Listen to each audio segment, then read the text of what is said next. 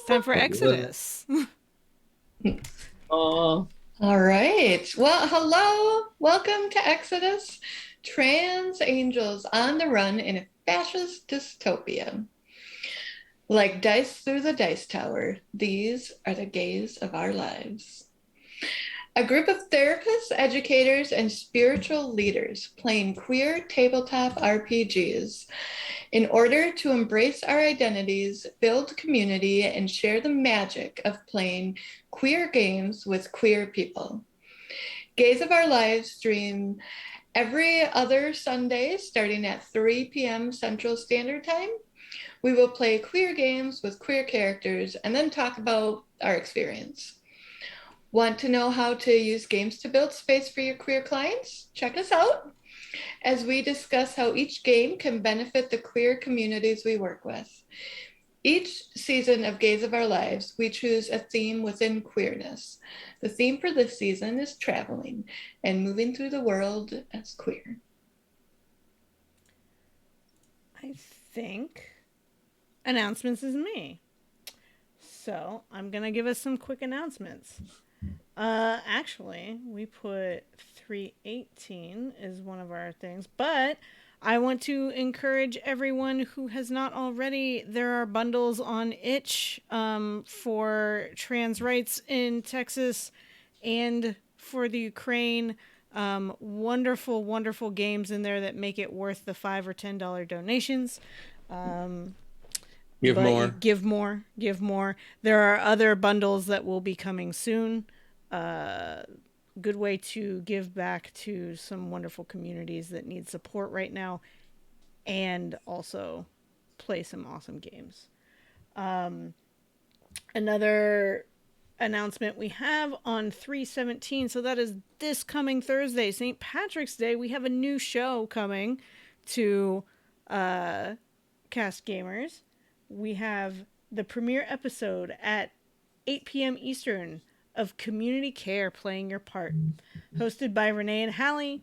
Join them as they explore community care practices in tabletop games and adapt the mechanics for our own community care games. That sounds really cool. I'm really excited to see that I show also coming up. at the evening of the 17th is also the start of Purim, if I'm remembering correctly. It's Shushan Purim. Mm-hmm. It's the Wednesday night is the beginning of Purim. Mm-hmm. Yeah. And then on Friday, we have our weekly Friday night cast at, I know the time because I play in that one, at 9:30 p.m. Eastern.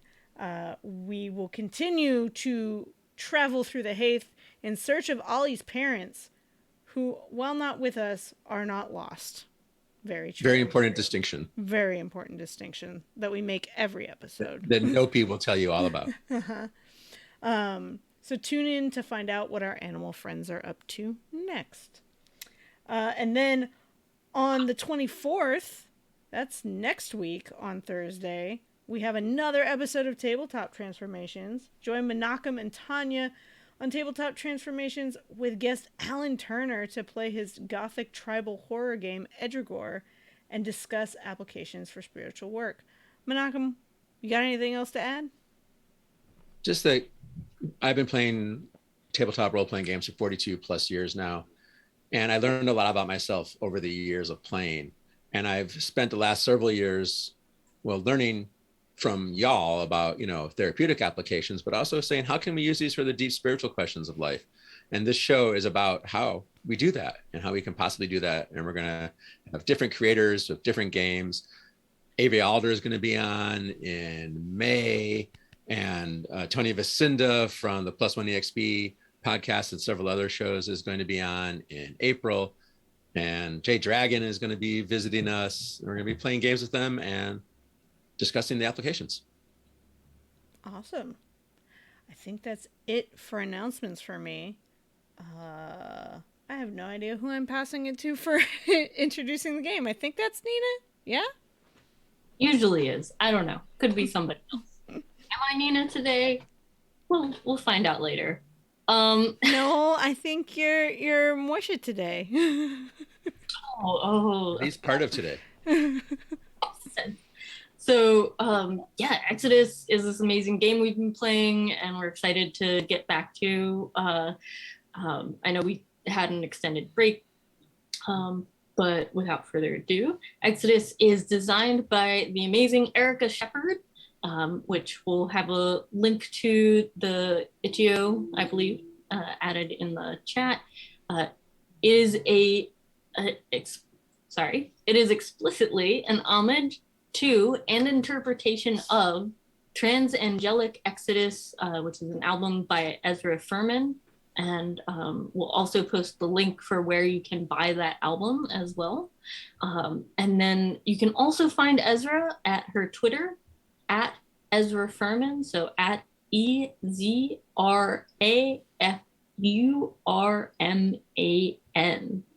Exodus is a role-playing story game, which is part of why we chose it. That's our thing, about being on the run in a society that has turned against you. Awesome. I love that it's purple. We just had a conversation about purple earlier today.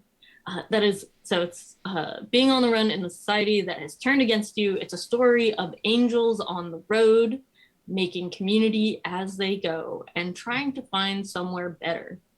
It's a game rooted in a time, an autobiography, and a plan, and a dream, and a fear, all in one. Exodus is a GM full or GM-less game, depending on how you like to look at it, based on Avery Alder and Benjamin Rosenbaum's Belonging Outside Belonging system, which has definitely become one of my personal favorites. And this game is for 2 to 4 players and usually takes about 4 hours to play. But as we always say, don't worry, we are pros at extending one-shots to 4 and even more sessions, as we will show continuing today. As we're on session 4 of this game today. And so with that, I'll pass it back to Menachem to help us do our player intros and our check-in and character and all that. I want to start with, since it's been a little bit, reminding us of our lines and veils. Lines are things that we do not have appear in the game, and veils are experiences that could be mentioned but not on screen, so to speak. Right, so we have lines of nothing up the nose, graphic descriptions of genitalia, and graphic descriptions of violence. We had no veils. So any thoughts or changes that people want to make there? Hearing none, we'll continue. I mean, and if we change our minds, there's always X card. Right. Or you can say pause or fast forward. You know, you can use script change by Bo Jager Sheldon to also move forward. So now we get ready to step into the magic circle of play, that magical space where we suspend the rules of daily living. We now know that Nina will be Moisha for a few minutes, but can break character when necessary. And to start, we'll ask a couple questions to ease ourselves into the circle. So it's been 4 weeks. What hopes, concerns, questions do you have about today's game? And Nina, you look thoughtful. Darn, I'm still being thoughtful. Let's see. You know, it has been a little while since we played, but I'm not as worried about getting into character as I am worried about kind of forgetting some of the continuity and being able to play off story elements that have happened so far. I can tend to be out of sight, out of mind with things, and but I love when storytelling does callbacks to previous stuff. So it's a constant battle. So that's sort of what I'm, I don't know, I guess a little nervous about too. Let's see, Mary or Maggie. Yeah, Mary or Maggie. I um I think I'm a little bit anxious because we're going to be a little bit more focused on Alex today, and I want it to like flow really well. And so I have all these ideas in my head, and now we get to see how that comes out. And sometimes that can look differently when it comes out. So we'll see. Way to find out, eh? Yeah. Play to find out, and you can always, if we start going a direction you really don't want us to go, you can always, Yes. yep, always give us a pause and rewind. That's right. All right. Menachem. All right. I'm looking forward. Lover is just a fun character to play. And I'm really looking forward to playing Lover. And I'm also expecting there's going to be a few serious moments for Lover this game where we haven't had a lot of those. You know, when I pout, it's not that serious. It's just being dramatic. But I think we're going to be serious for a little bit. So I'm looking forward to that. Then I guess it's to me. Yeah. Hopes, concerns, questions about today's game. It's been a while. I was having a hard time getting into Wheels' headspace before, so I'm hoping I can get there. I do have the privilege of living with one of the players here, so we've had some conversations over the time and kind of tried to help me flesh out a little bit of what I'm thinking. So I'm glad that we have an opportunity to play and get Alex's focus, and then I can kind of get back into it. So I'm primed for the last few sessions we have after this. Yeah. Cool. So we all sort of alluded a little bit to the next question, which is, after a long break, how do you get back into character? How do you get back into the game? So are we going in the same? Yeah. Fascist. We're not dystopic though. No, not yet, at least. So for me, I think I like dressing up in some way, like having some sort of thing that may not be something I'm wearing every day. I have a lot of bandanas. I usually use them for headaches when I get them from seasonal stuff. But in this case, I'm not wearing it for that purpose. I'm wearing it to get into character, and the jacket. And as some of you have seen, my transition to my to Moisha's glasses. And I think having this sort of physical transformation to go with it is what helps my brain click into that separate character space and start to transition back into character, even after a long period of in between. What about you, Mary or Maggie, as Alex? Yeah, so I'm the type of person that, games like Apples to Apples, and there's like a word and there's very specific definitions for words. I look up that word and go exactly by the definition. And so with games, I will like look at my character sheet and be really precise on that and try to get into the headspace that way, like reading about my character, the other characters, and details from the game. So yeah, I do like the idea of the physical transformation. I never got anything together enough for Alex. So I didn't have it for this game, but yeah. That's all right. How about you, Menachem? Well, I would open my angel wings, but you can't see them, so it wouldn't help. I don't like to say I hate, but I really kind of get agitated, and I really dislike when someone says this show or this game is like Euphoria meets Lord of the Rings meets The Price is Right. It's like that. But on the other hand, I just describe it in his own terms, but on the other hand, I like having little touch points to get back into character. So like I have a picture of Tilda Swinton and David Bowie, right? Looking like each other up that I can go and I think of, oh, I'm kind of like Klaus from Umbrella Academy. So if I just kind of look at that picture and think Klaus, I can start getting back into the character. And also a lot of us do, there's similarities and themes that I often play with. And right now I'm playing another character who's all about love and beauty. So I can kind of use that to help get back into a lover's mindset. It's interesting for me, like I said before, I wasn't even really in Wills's brain yet. But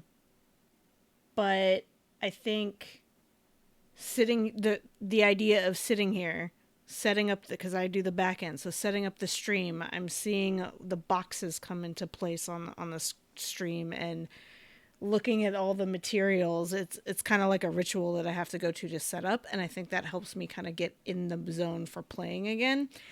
And being with you all and we get into a scene, I think it might take a little for the motor to start going, but then it's going to click. And I think that's kind of how I get into a headspace that I need to in general, just some kind of routine, like you're saying, Menachem, touch points. My touch points are just more, I don't know, the mechanical back end stuff right now. Yeah.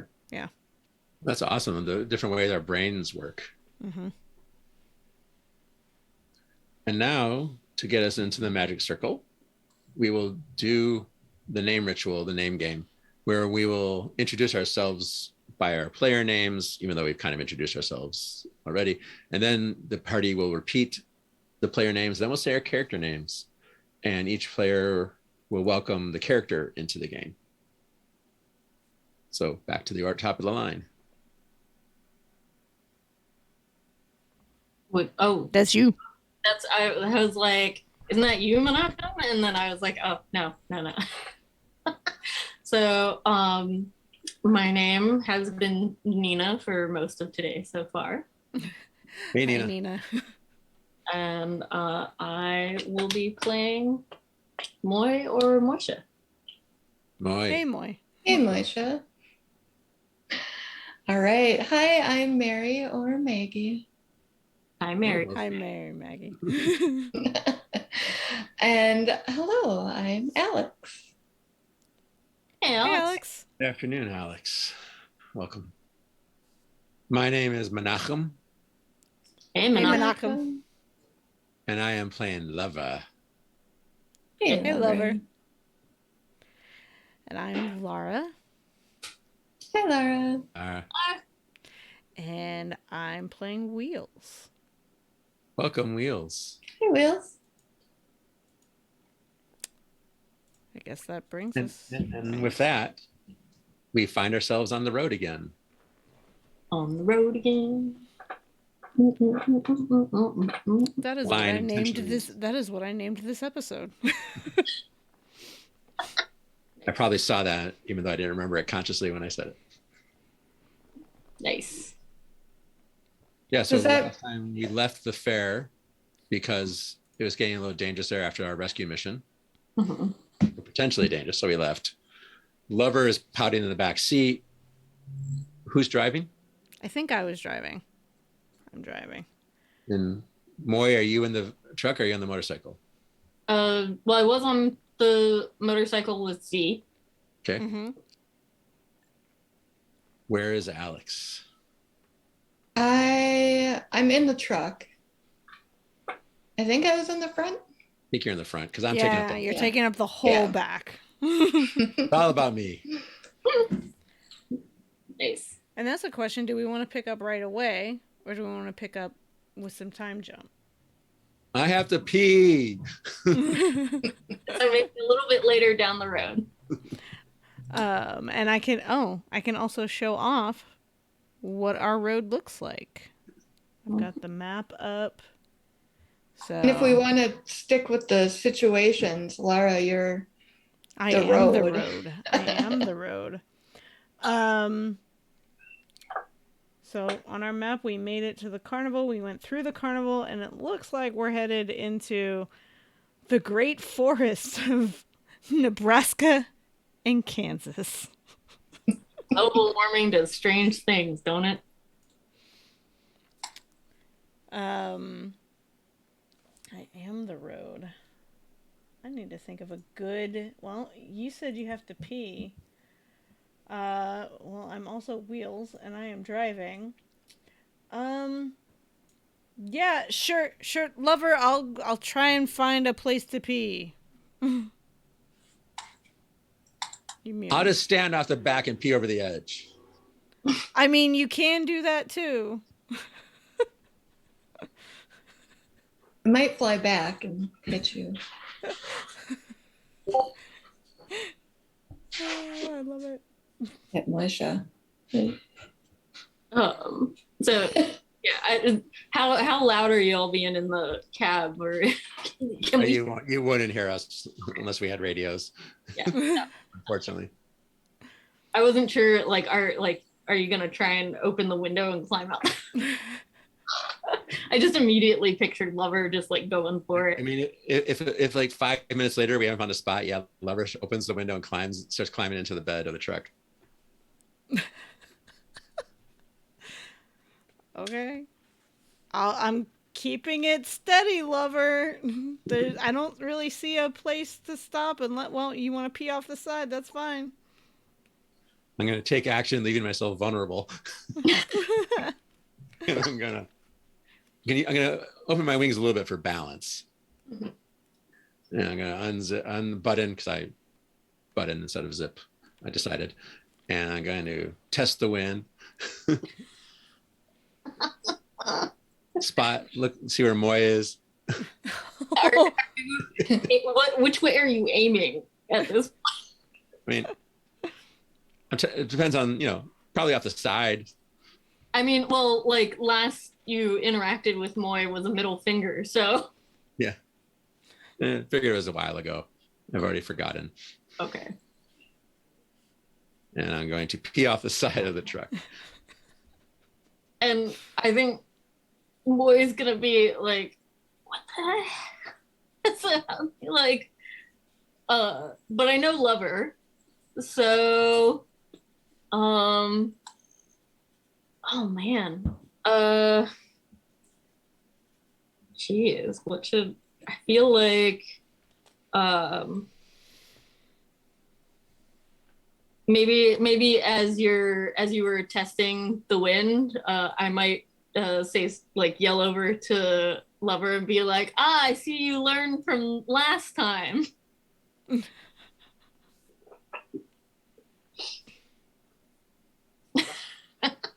Stick my tongue out.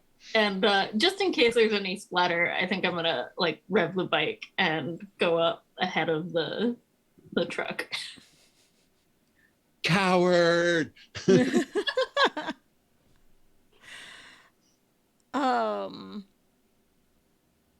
I feel like at this time You're fine. we're gonna have a tire blow on the car, on the truck. All right. So, what happens to the truck? How are you gonna handle that, Wheels? Well, I've only had my tire blow once on driving, so I think a little bit of swerving, but not too much. Gonna slam on the brakes. And imagine from the back of the truck, my wings open and like up into the air. I love it. Whoa! Fire hosing.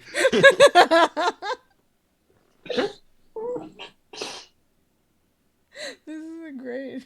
It's helping me get back into character. It's amazing. I love it so much. Alex, how are you responding to all this? Me? Mm-hmm. I'm like grabbing on to the truck. because I don't really know what's going to happen. And I don't know what Lover is doing, but they are freaking me out. And Wheels is freaking me out too. With the I mean, it probably wasn't your fault. It's just, I'm just. But I'm the one scared. driving, so guilt by association, right? Yes, exactly. And so I was like trying to brush my hair at the time, and the brush like flies out of my hand. Does it stay in the truck or does it? Like... Yes, it does. It flies onto the dash. Okay. Okay. Yeah. You stop the truck. Truck is stopping. We avoided a crash. So I think Z's probably paying more attention to what's going on behind us, and Then you are able to, right? Yeah. whisper, and so we'll do like a sleek thing where we, basically like turn with the brakes on the front wheel and then motor back just a little bit. My clothes land on the windshield of the truck. All your clothes? Yeah. I think one of them might like float down and something lands on Z. But Wheels, what the hell happened? Look at the tire. How can it be my fault? Are you keeping an eye on the road? Yeah. Yeah, did you run into something? No, the tire just blew. It's an old truck. Like, did anyone check the tires? Thank you. It's not my fault. Who should check the tires if not Wheels? It just happened, you putzes. Flying around.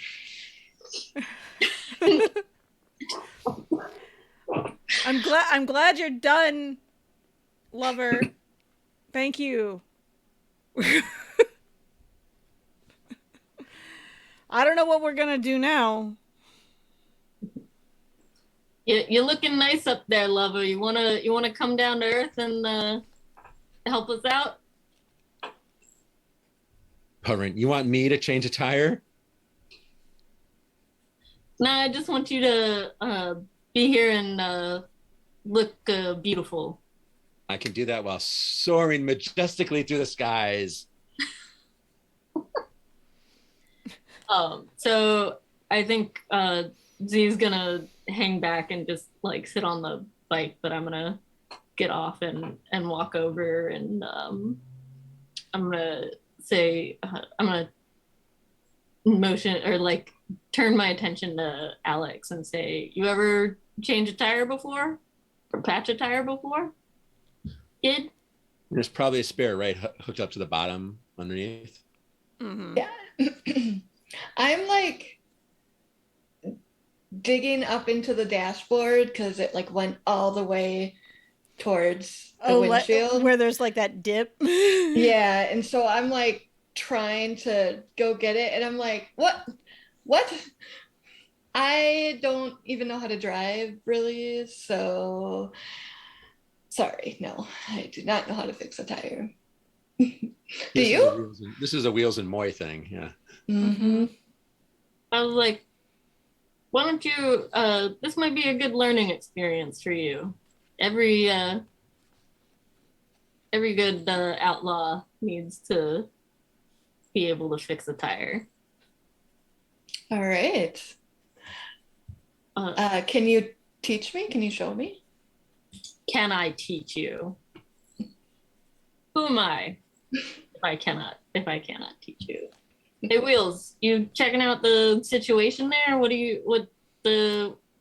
happened to the tire itself? Like what condition is it in? There's a big old hole. Like, it's flat. Like, tire's flat. There's like maybe it's blown out on the side. At the like it wore. Yeah, the wall blew out.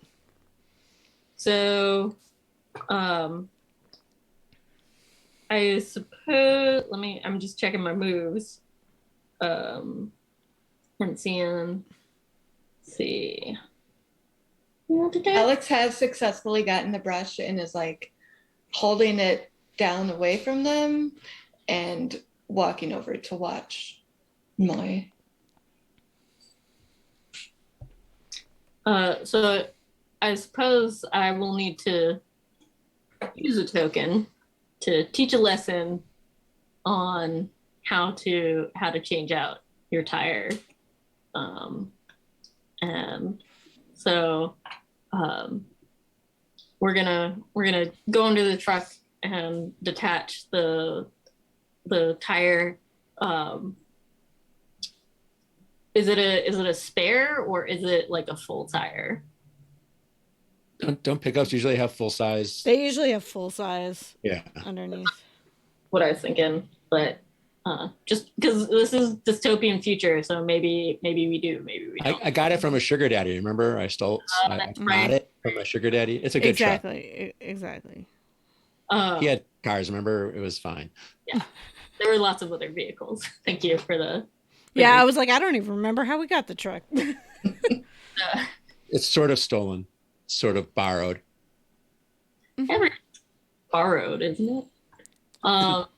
If you think about it. I've borrowed trucks from my friends before. Borrowed vehicles from my friends before. Mm-hmm. So I'll encourage Alex to like basically like get down on the ground with me and like get hands on and get your hands like literally dirty, taking the tire off. I have to admit, as Nina, I do not know where the toolkits usually are kept in trucks. But I did see a really awesome truck on TV where behind the cab and over right before the truck bed, they had like a drawer you could pull out from the truck. And so since this is from one of your sugar daddies, I'm going to guess that I'm going to discover not only does it have a tool chest, but it has a grill. And so we're going to pull that out and we'll take the tools and I'm just going to kind of be like, oh, well, that's going to come in handy. Hey, lover, are you getting hungry?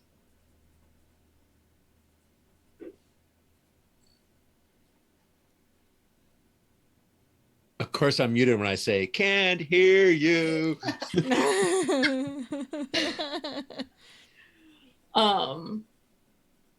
So I'm gonna call over to Z and be like, and just be like, can you make us one of your specials while we're doing this, and basically invite Z to come over and cook something up for us.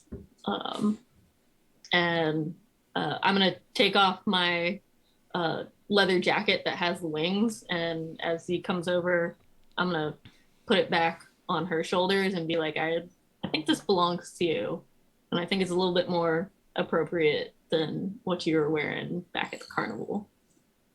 And so it's just me, my tank top, and my tattered wings, and I'm gonna bring the tools back over to Alex, and I'm just gonna hand you the wrench that you use to take off the lug wrench. Yeah, the lug nut wrench. So. All right, I take it, and one of my regular moves is just to try to help, even if I don't know how. So, is the tire on or off now? Like, did you put it on? You get the old one off first. Yeah, Wheels, okay. Did you take the old one off yet? Absolutely not. Wheels is like going into the front of the. I'm gonna get a token because I'm gonna take the aux cord. I'm gonna put, or equivalent of so, and I'm gonna be putting some music on while we wait and get food grilling. Apparently, we've turned a blown tire into a party. This is what happens when you're on the road. So I'm blasting some music because, yeah, everybody blames me. I didn't do nothing. What are you gonna play for us? I didn't get that far ahead. I feel like, While you're thinking about it, yeah, go ahead. once you get the tire off, I will actually land like on the roof of the truck in all my glory and look and sing, "Poor tire's dead. Poor truck tire is dead." And then take off again. So I'll definitely take a moment of appreciation for that. And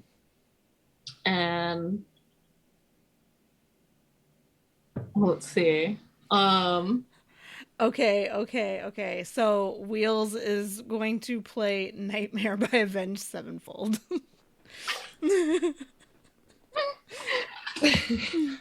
Thank you for the suggestion. You're very welcome. So when Alex hears the song start to play, it's like nightmare. Sorry, I can't. I really wish that I could sing like metal, but I just don't have the voice. You gotta get into the scratchy, screamy voice. That's no good. Yeah, yeah, it's true. It's true.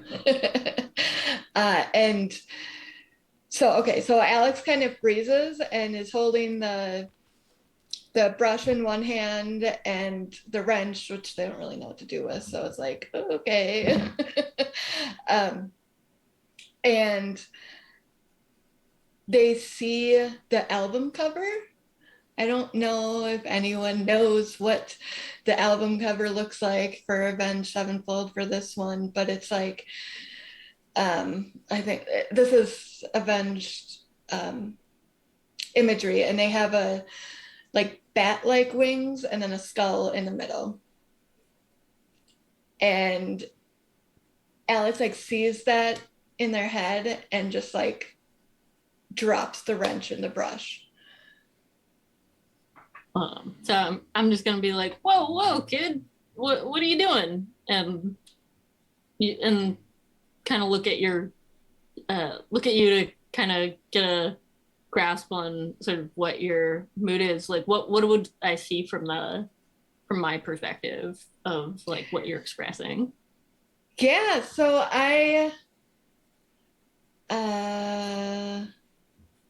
or how would you respond? Yeah, I don't know. Right now, Alex doesn't know how to put into words what they're seeing and what's going on.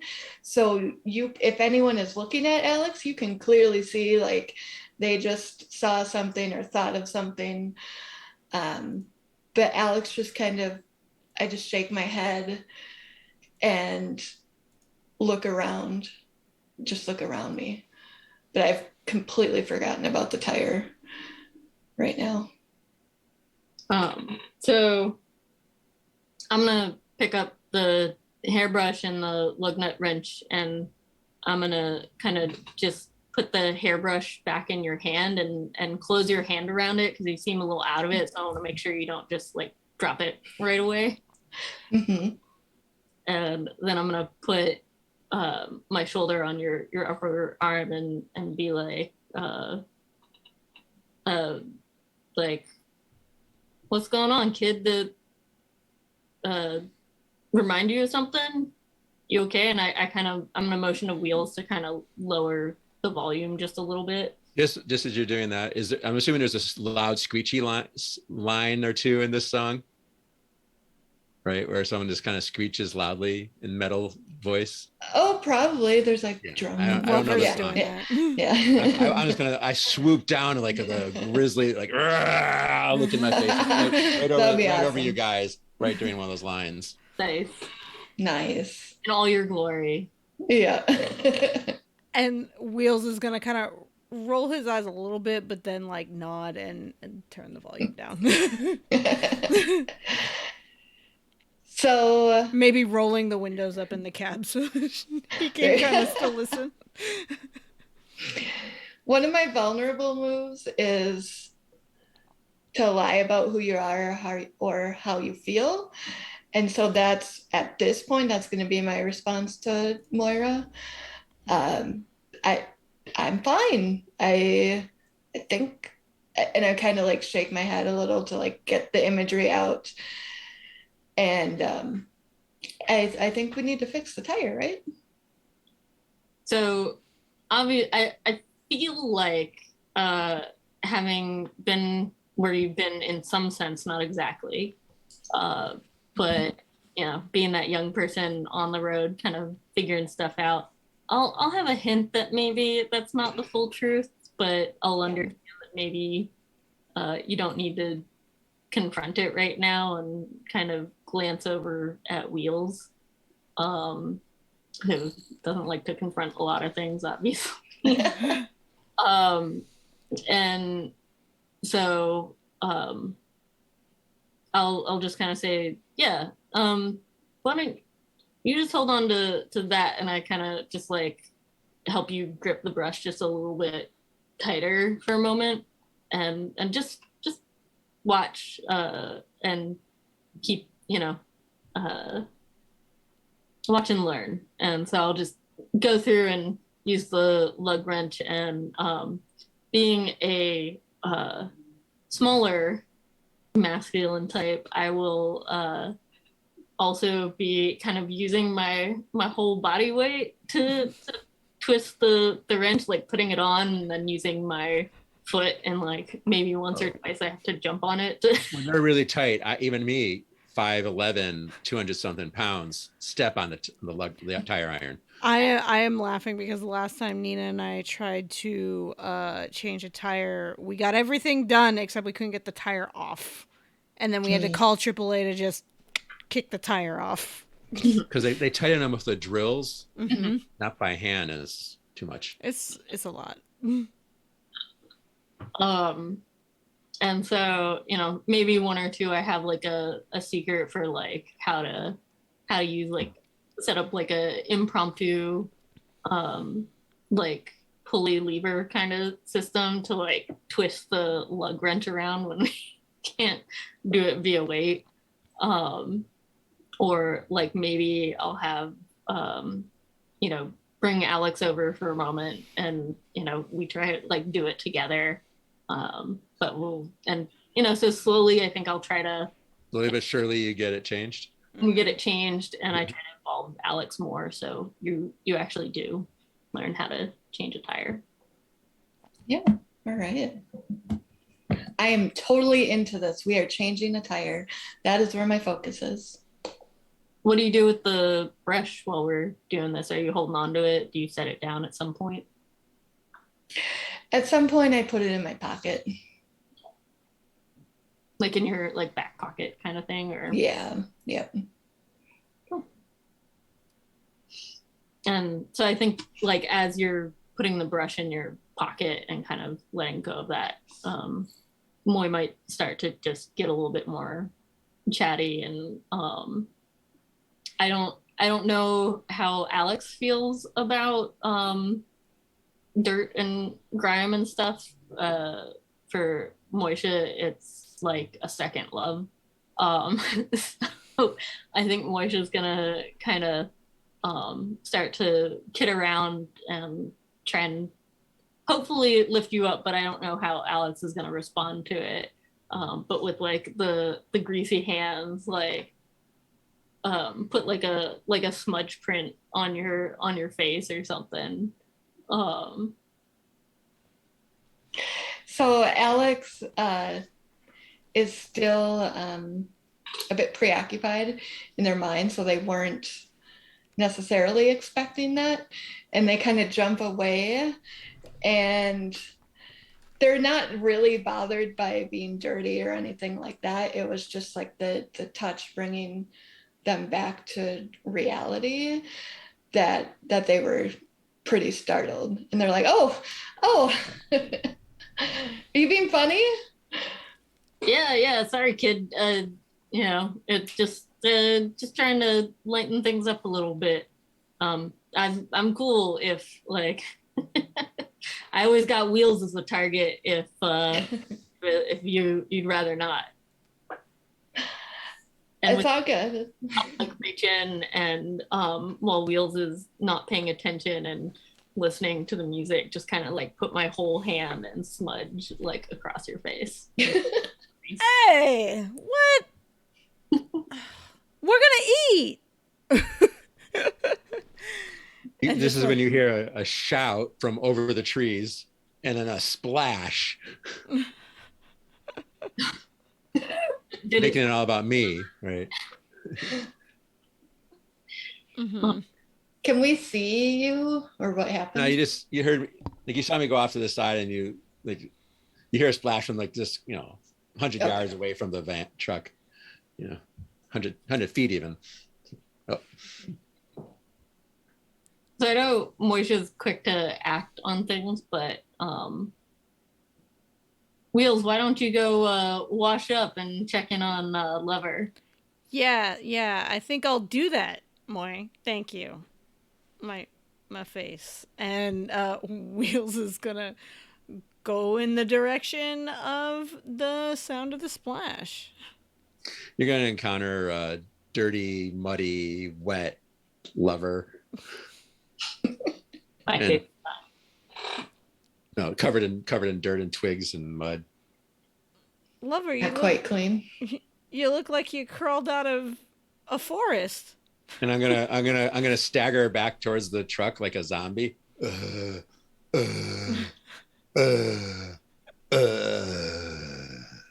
Brains. I turn towards Moish. And turn towards Alex. Brains.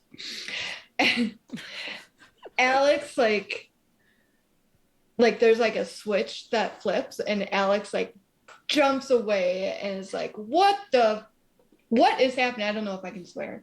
You can swear. He gets here. I think it's Okay. What the fuck? And like backs up into the truck and like stumbles away. Oh. so, Lover, you scared the kid.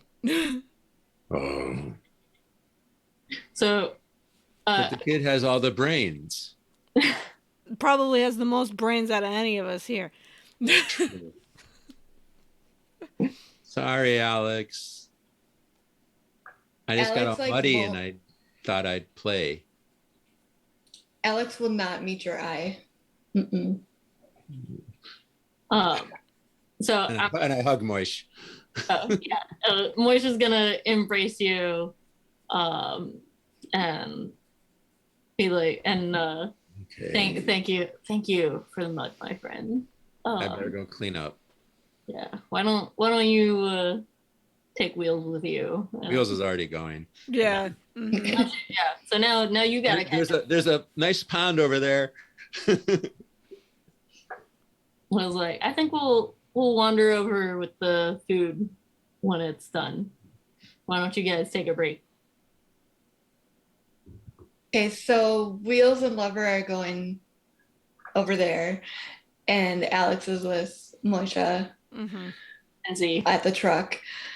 So Alex like kind of grabs towards Moisha's sleeve. Are you wearing sleeves? Do you have sleeves? I don't have sleeves, but Okay. yeah, a tank top. Okay, kind of like towards your arm. Yeah. And like trying to tell you, like show you that this is very serious. Mm-hmm. And ask Moisha, I'm terrified of Lover and I don't know what to do. Are they scary to you? No, I mean, Lover can be a little bit out there, and something to take in if you're not used to the kind of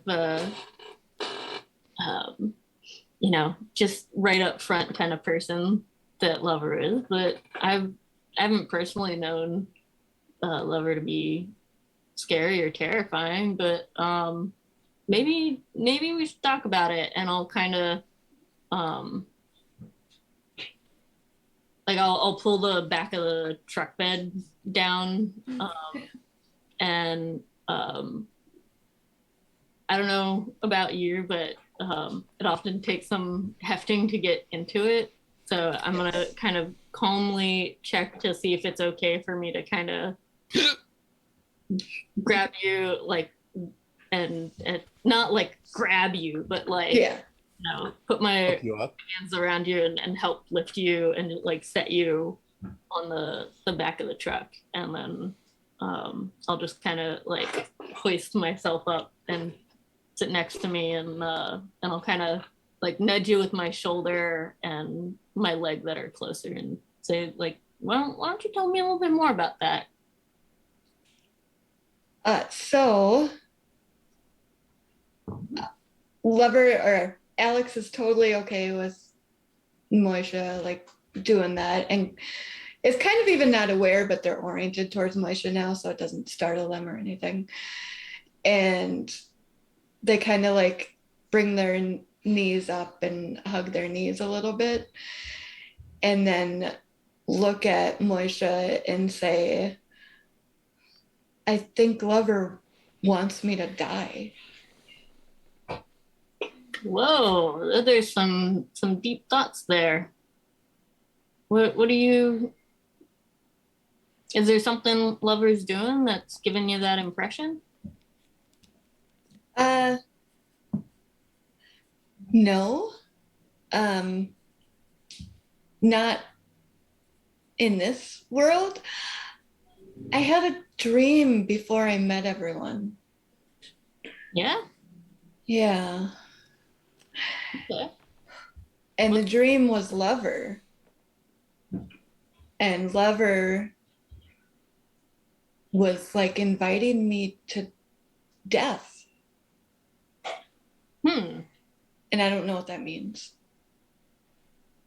Okay. But my dreams, like, they come into reality. And so,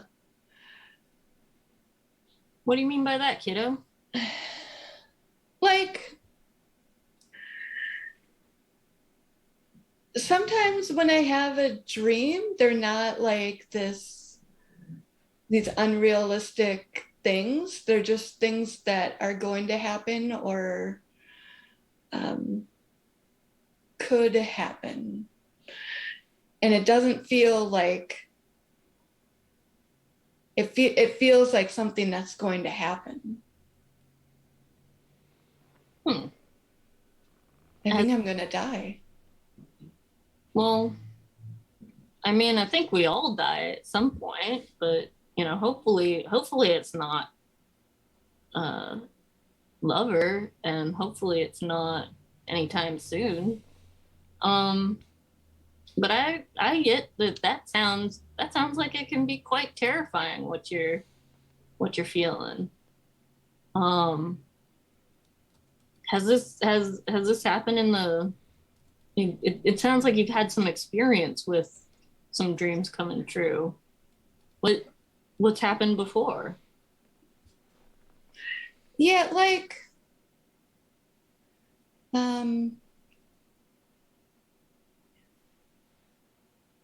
I know before people are going to die that they die. So I've had like this exact thing happen. Hmm.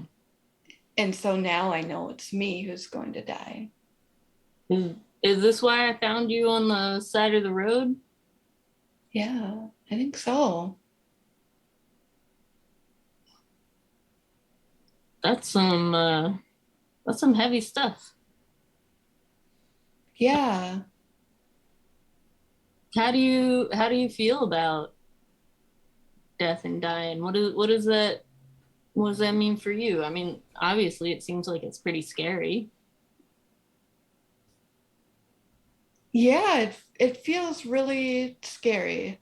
I'm using a token to confront something scary, by the way.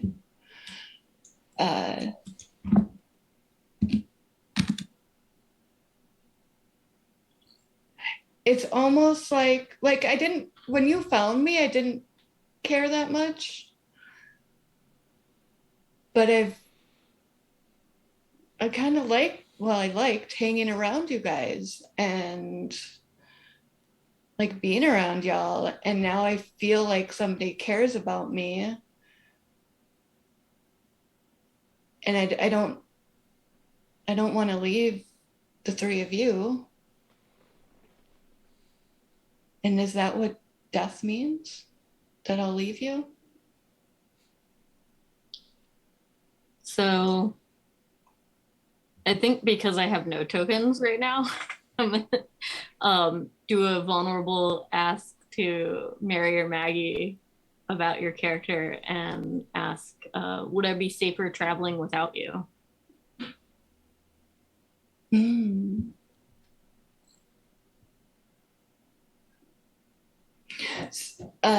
Can you say that again?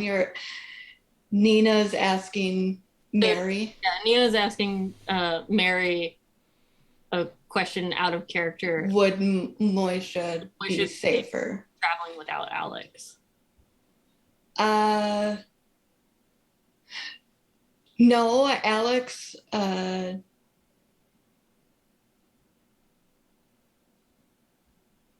Alex might think so, but in reality, no. Okay. Take that token, Nina. I will, because I have a feeling I will need it to help Alex out.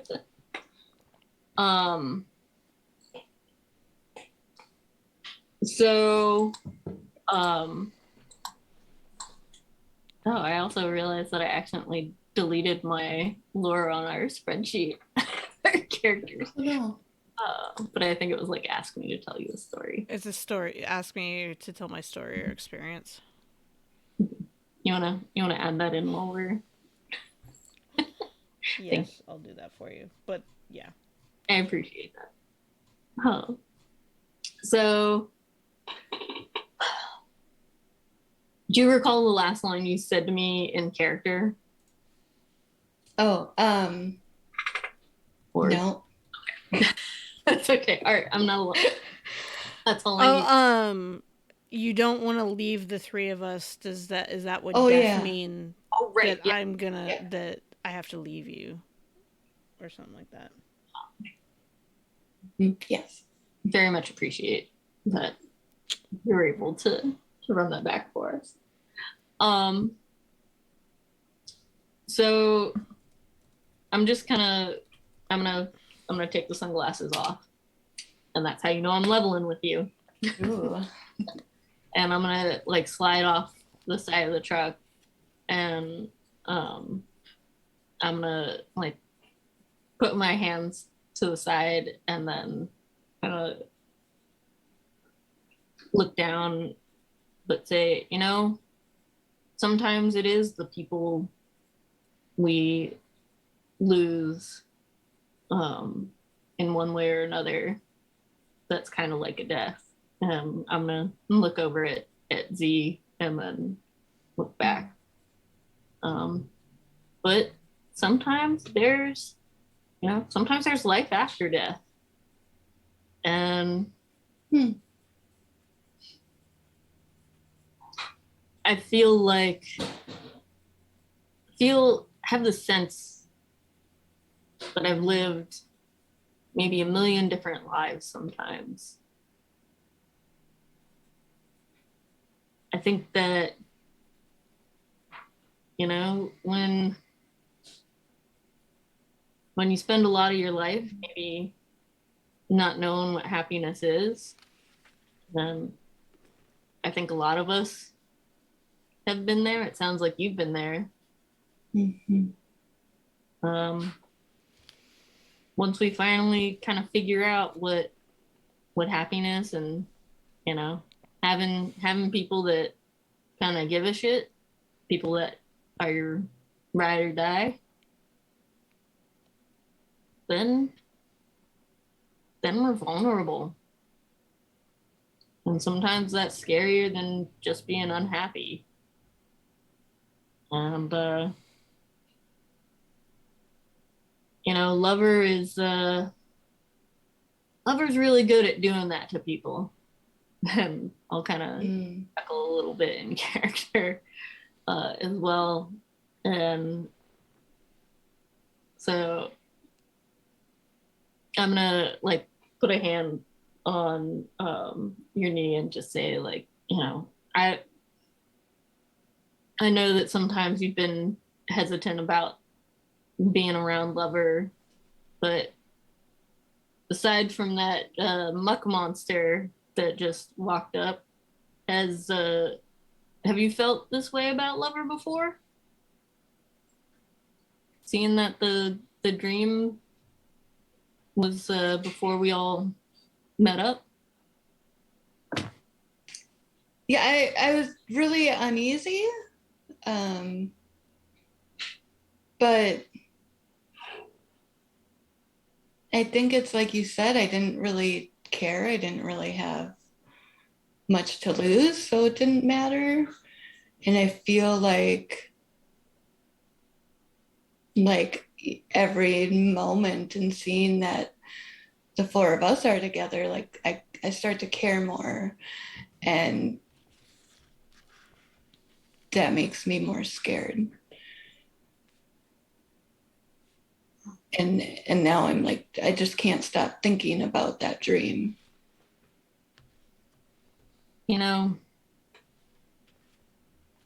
I didn't really get it at the time because I think if I remember correctly, because I've known Lover, I think, quite a long time. Sometimes it's hard to remember a time before we met, but I remember being pretty messed up, and Lover can be really cheesy.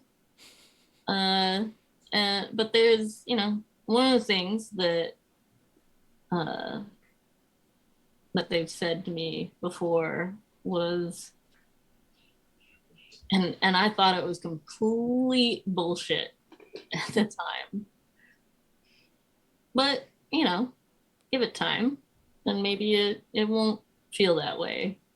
And that is, you know, it's better to have loved and lost than never to have loved at all. And I was definitely in a place at the time where I was like, what the fuck are you talking about? Like, I just, you know,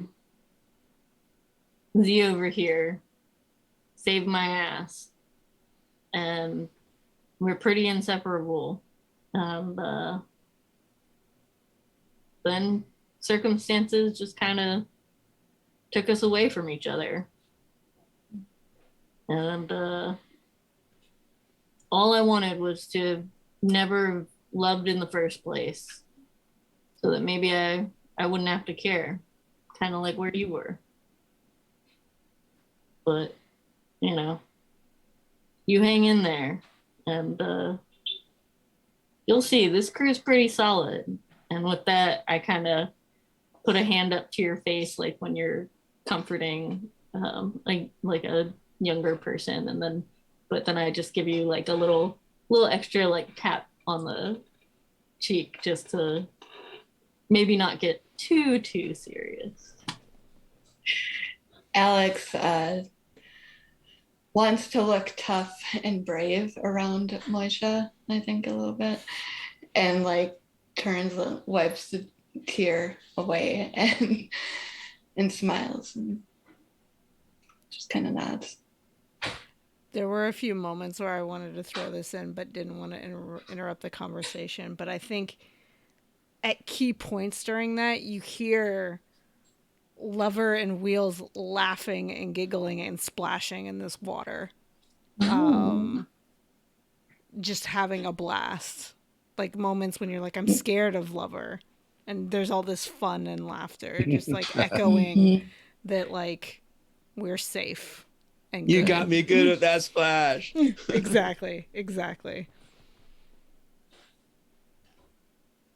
You know, for a long time I haven't known, and you know, kind of listening to that and reacting. For a long time I never knew, like, you know, will I find a home? Will I find a place where I belong? And, you know, getting together with this crew has really given me a lot of hope. And for the first time in a long time, I think we're gonna make a pretty good family, and at least that's what I'm hoping for. And so I'm hoping that sharing that is gonna be I'm gonna use a strong move of doing that as sharing a hope for the future, and kind of trying to get you focused on the future, but in a positive way. And I think that oh, I'm gonna ruffle your already scraggly hair, and I'm gonna grab your brush and take a look at it and say, I'm gonna kind of turn it around in my hand a couple of times. I know you've been enjoying this side and showing you the brush side, but I think you might want to take a look at enjoying the other side and flipping it around to the little bat wings, and handing that to you and giving you like a little sort of like reassuring smack on the knee. And then I'm gonna kind of walk over to if you can respond if you want, and then I'll let you know. Yeah. So the way Alex perceives Moisha is, this tough, like, knows everyone and how to do everything, very smart. And so hearing what you had said about finding a home, all of that, Alex is like, holy shit, like even Moisha has those feelings. And it kind of brought Alex back to more of reality here and now instead of reliving in the dream. And then Alex can feel the brush in their hand, hear the laughter, feel the sun. It's like their senses are back on board. And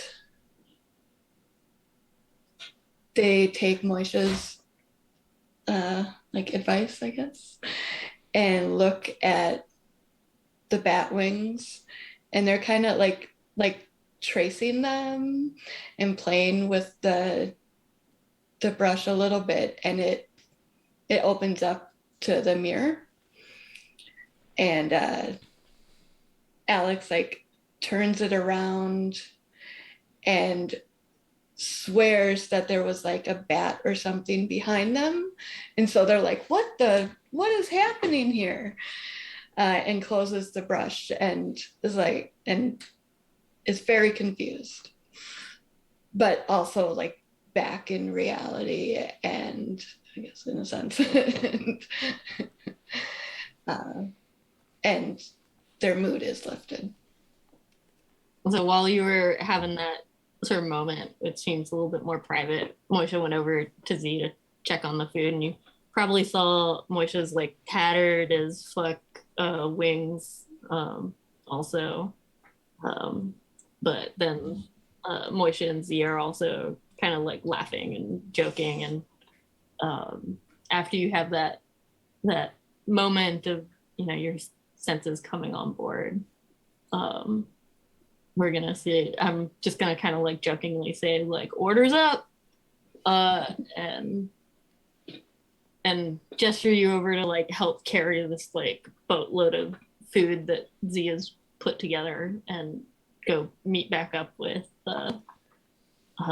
Lover and Wheels. But as we're walking over there, I'm just gonna kind of, as another little encouragement, just be like, let's take it one step, one breath at a time. You got this, kiddo. We got you. So going back just a little bit, Mm-hmm. unless you had a reaction. Sorry, I jumped in. It's okay. When we get to the when Wheels and Lover get to the pond again to clean up, Wheels is like, Alex doesn't trust me or like me or something. And I'll say, help me forget about this. And, yeah. Take that. Use your lure. Use the lure. Absolutely, I'll help you forget about it, and splashes water at you, and that's when all the laughter and stuff comes in. I imagine even though your wings are ephemeral, you can still like splash water with them. Yeah, I think like they can be solidified and as needed. Yeah. So then I'm going to spend that token. So when you guys show up at the pond, you see first I'm going to show them their pain will pass in time. I'm going to loose interpretation of that. You see two angels in all their glory, if their wings, giant wingspans out, splashing and playing in the pond, and we look more angelic than usual. Mm-hmm. And as I kind of also stretch to interpret my being the angel of love, I have to Alex, I look more like what the person, like what love is represented in a person to you. Right. So maybe I look like more like someone you know from your life that, you know, that was a loving relationship. I'm using a strong move here to help show that your pain will pass in time. Oh. Ooh, yeah. I think that I'm gonna, as we approach, and I'm gonna kind of, again, food in hand, maybe I've snuck some food in like the side of my mouth or something too, as we're walking down, and it's like, how's Lover looking now? I'm gonna say Moy doesn't really notice the difference in the change because it's for it's Alex, but except for I do look more angelic than usual. I just want to be clear on that piece. Yeah, I was gonna also reference that for me, it's more about like you're not all muddy and scary, right? Muddy and scary. Also, after the conversation, maybe the perception has changed on Alex's side. So it's like a double entendre thing. I was looking for. And you're asking me, right? Okay. So Alex was happy to like help with food and have something to do, and then looks over at Lover and just kind of kind of pauses and realizes that they look very similar to like their childhood best friend, who was one person who like in their human life showed them what love is for them. And it kind of throws Alex off, but it's also very comforting. And I'm just trying to think if I would I tell Moisha? Well, Moisha has Lover always looked like that? You know, I don't know if I'd say always, also like not knowing what you're seeing at all. Mm-hmm. But I think I'll say Lover has their moments, and I think these are my favorite ones of them. And I'm just gonna kind of pause and kind of enjoy Lover in all your, you know, more angelic glory, while these maybe like taking food and setting it out on some Lover and Wheels. And Wheels is gonna be like, watch out, and splashes some water at Moy, trying to get you back for the grease stain earlier. I think Moy is gonna respond to that and just like kind of tear off the tank top and like, you know, hopping towards the pond, like trying to take my boots off and socks and stuff, and then down come the motorcycle pants and I'm just in boxers and just like jump in to the pond. But I'm gonna try to like cannonball as close to Wheels as I possibly can. Get a little lift with your tattered wings. Yeah, maybe Just a little bit. Just and also like spread them out to create more impact on the water for a bigger splash. And then we'll Like a little tsunami wave. Alex is like full on laughing, like just this genuine laugh coming out. And just watching. Alex doesn't go into the water. I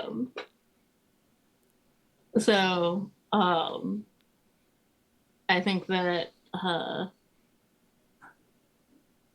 think maybe I like the idea of, you know, we all spend the afternoon munching on what Z's cooked up for us and kind of take a break for ourselves. And, you know, maybe we're even doing some, you know, playing chicken and stuff. So I'm on Z's shoulders and, you know, against like Lover and Wheels.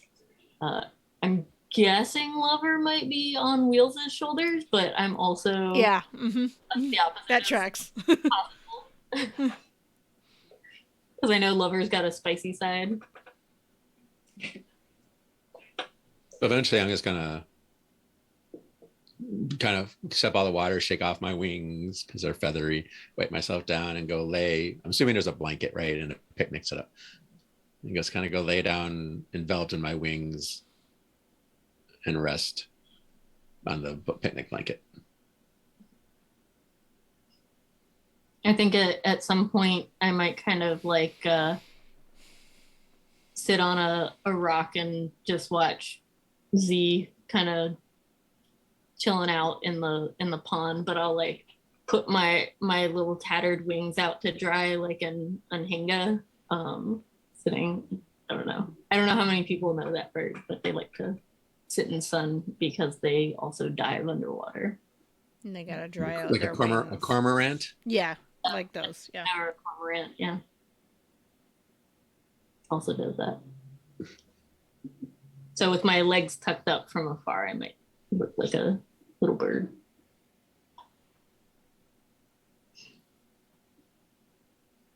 Alex is just kind of looking at Lover and observing others, but for the most part, Alex is like really focused on Lover.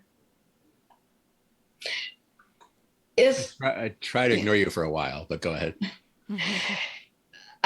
Is Lover aware when their appearance changes for others?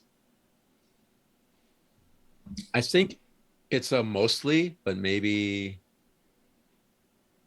not at this time. Okay. I think I'm going to say this was not intentional. Okay. It was triggered because you needed something. Yeah. So I think as I feel my wings kind of drying off a little bit, and I've been spending a lot more time being present with my wings out than I have in a really long time. Having Z around who knows my past and my history in a different way makes me feel like I don't have to hide away that part of me. And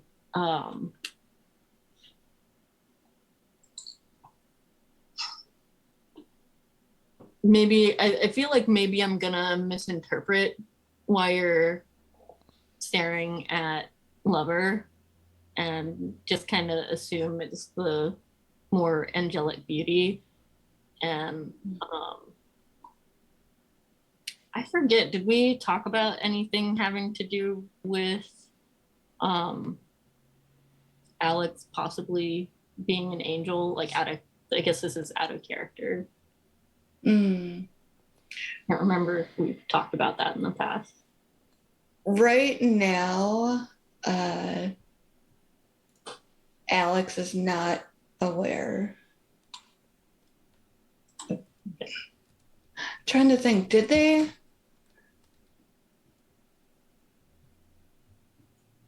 Anyone else have? You can always say that we Do did. we remember? I don't know if we did or didn't, but we can always. All I remember is that Alex likes angels and family Yeah. did not, or the town didn't, and I don't remember whether we've Yeah. decided if anyone knows that you're gonna be an angel. Yeah. So right now, Alex to everyone else just looks and seems completely human. Alex is having this very like internal struggle, not knowing. This goes back to the like, do I like that person or do I want to be that person? Am I, you know? So really like identifies with angels, but not in a way that they know that they're an angel yet, and wonders then if they're like making it up in their head, but then they still really like angels and just isn't quite sure. So All right. So I'm gonna, wander over after my wings are mostly dried out. I'm gonna kind of floof your hair a little bit with one of my wings, and kind of capture your attention, and be like, if Lover isn't one of the most angelic angels I've ever met, those wings are something else, aren't they? they are.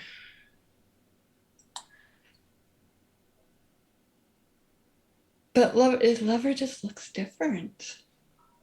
And so, Like, more than that. hmm.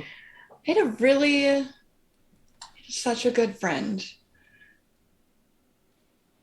And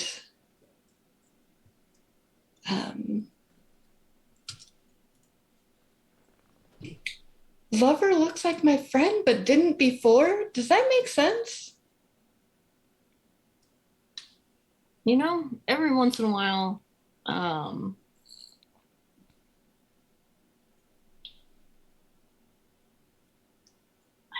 when I first met Lover, I could swear out of the corner of my eye that they look just like Z. But I mean, looking at them both now, like, how is that possible?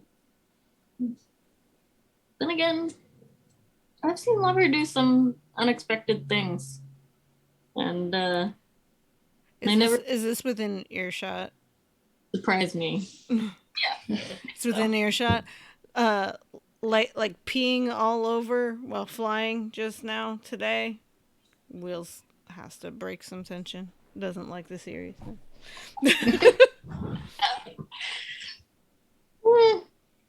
Yeah, like that, and like some other things. But I don't know. Tell me more about this friend of yours.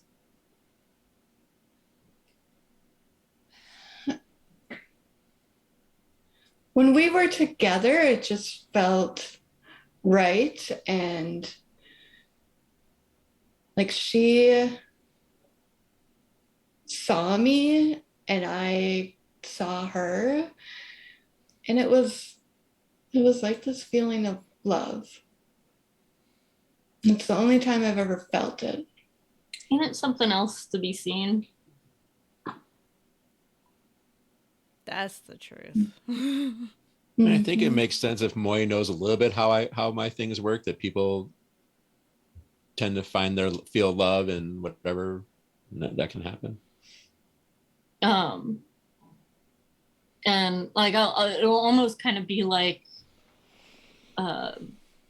I at least know that you have like this way of just like in a emotional sense, like touching people in a way that is really healing. And I am the angel of love, right? Do I know that that's your? If anyone knows that here, you would know that. That's true. We've known each other a long time. I mean, my name is Ahuviel, which in Hebrew is like divine love. Yeah.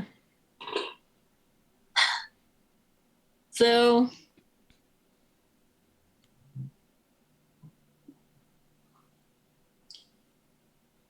and I'll kind of like start whispering because I don't know if I'm supposed to be telling people about your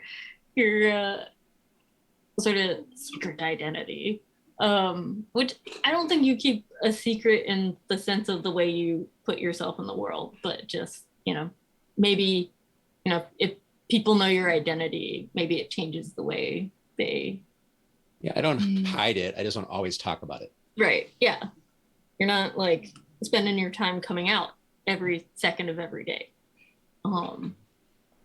And to bring it back to our queer identities. Yeah. But so, Lover has this way of being whoever someone needs in a given moment, and helping us feel loved, and someone who helps us feel loved, the kind of compassion, someone that helps us understand the kind of compassion that we need to have for ourselves. So this friend of yours, did they have a name? Yeah. Yeah. I'll say kind of jokingly to lighten things up a little bit, just for reals. So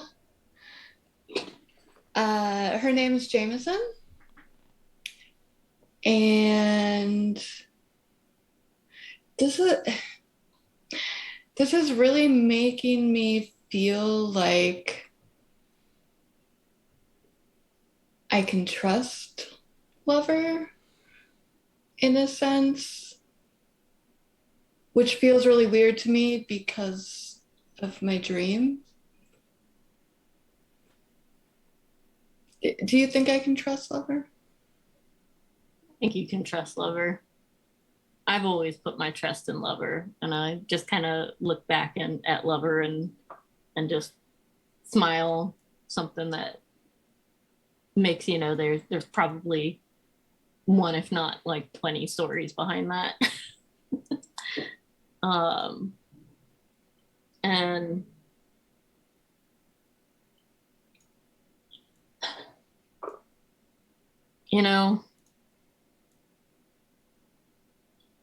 I know you can happen to find Lover scary in your dream, but like I said before, I think that finding love in our lives can be one of the scariest things that happens to us.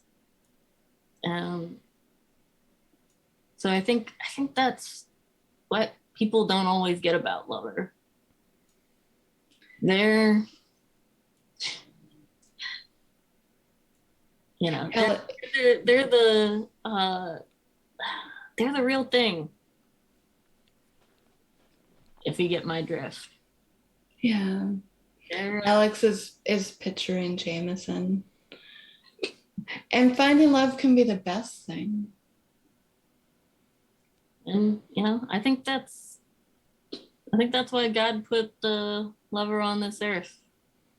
Because this earth needs the angel of love. Not somewhere unattainable, but right down here on earth, the rest of us. Everybody down here needs some love. It's the truth. Like I said, the real deal. and I'm like trying to like get you to like understand that I'm trying to say that that Lover is like the angel of love. Right. Probably not doing a very good job of it. Saying it without saying it.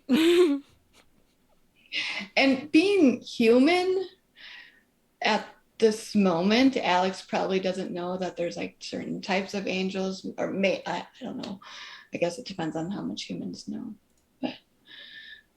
But is picking up on like there is goodness surrounding Lover.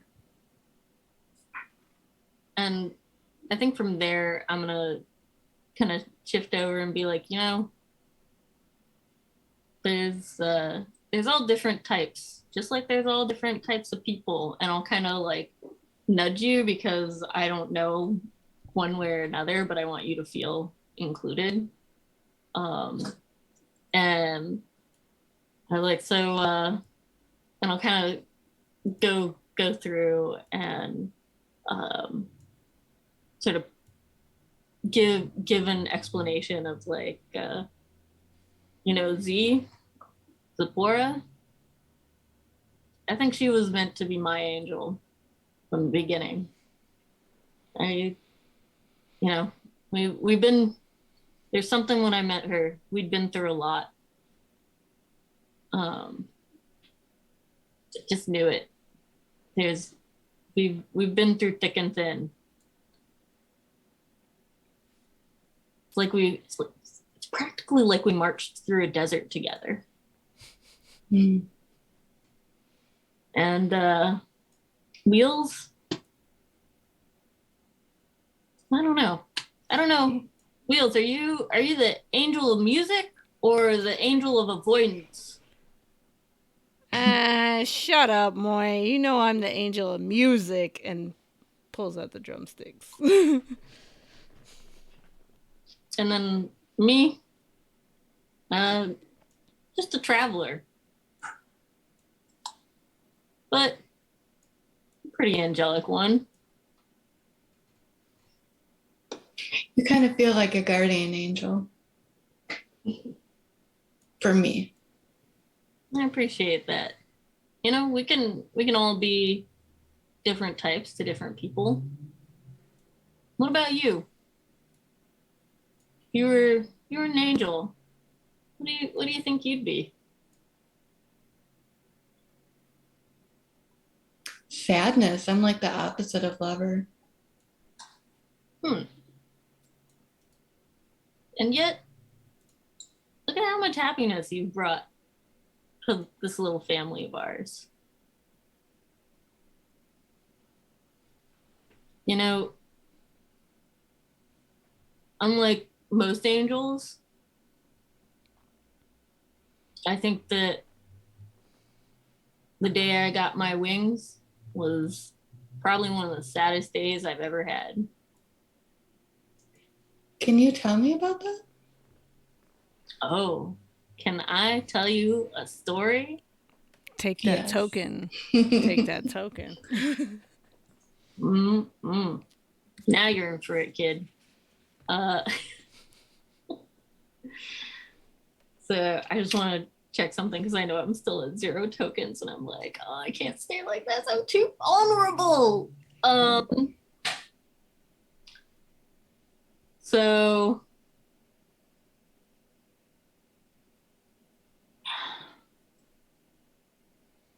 so I'm gonna tell how it went wrong before. And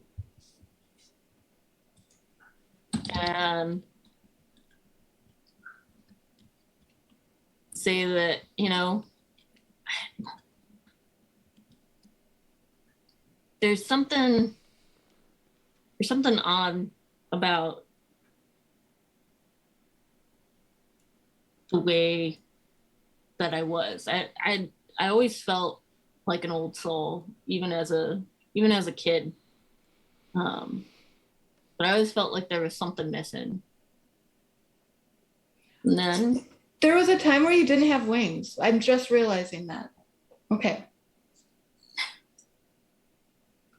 Do you want to respond about realizing that as Alex, or? Yes. Okay.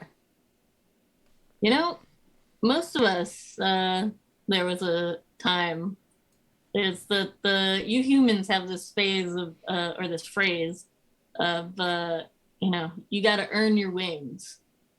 And I have a strong feeling y'all learned that from one of us. Because, boy, does it ever feel like we have to earn them, whether it's before we get them or once we already have them. And, you know, some of us, I think, are lucky enough to be with someone that makes us feel loved in such an amazing way. And been at the carnivals, and I've seen kids with wings, and I almost can't believe it. Where were my wings when I was little? How, like, I spent so much time struggling to understand why I was different from everybody else. But I think, my parents weren't bad, but I think it's kind of like you, they didn't get me. But I meant someone like your friend. What was it? Like Jameson? Oh yeah. I was gonna say Johnny Walker. Sorry. Sometimes I need something to break the tension myself. But yeah, I found me a Jameson, so to speak, and they were the closest thing I got to Z before I found her. And when we were together, I didn't see it, but I could felt like I had wings. And every time we would get together, I just felt it a little bit stronger. And then one day, I realized it, and it was,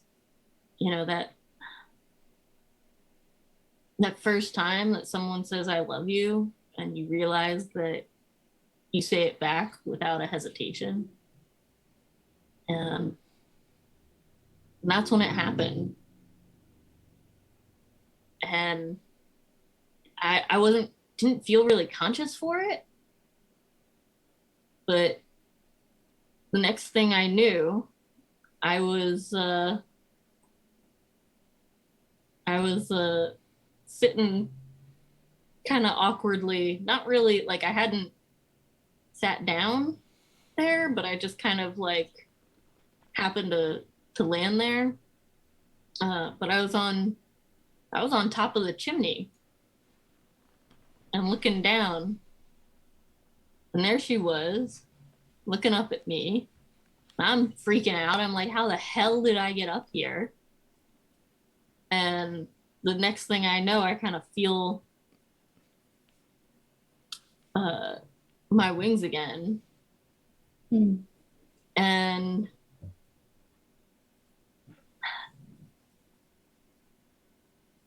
I just had this moment where it all clicked together.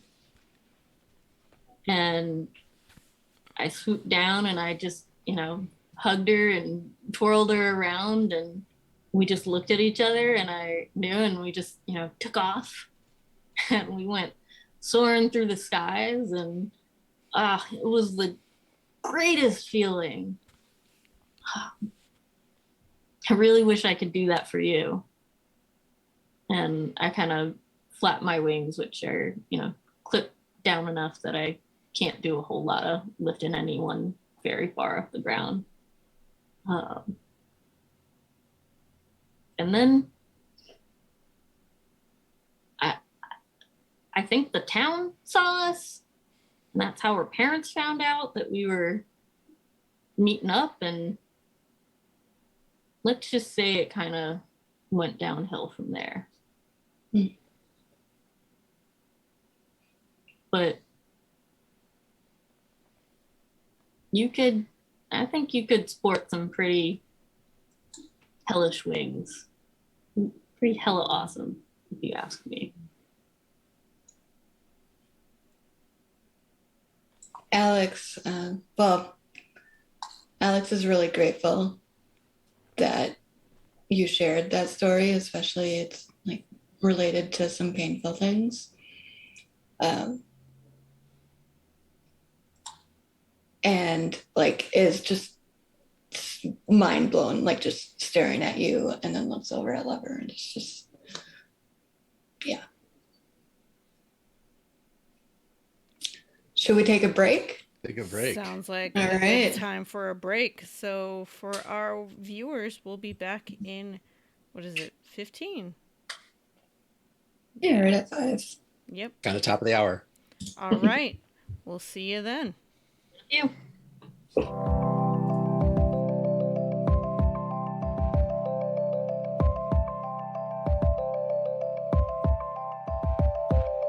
Okay. Okay.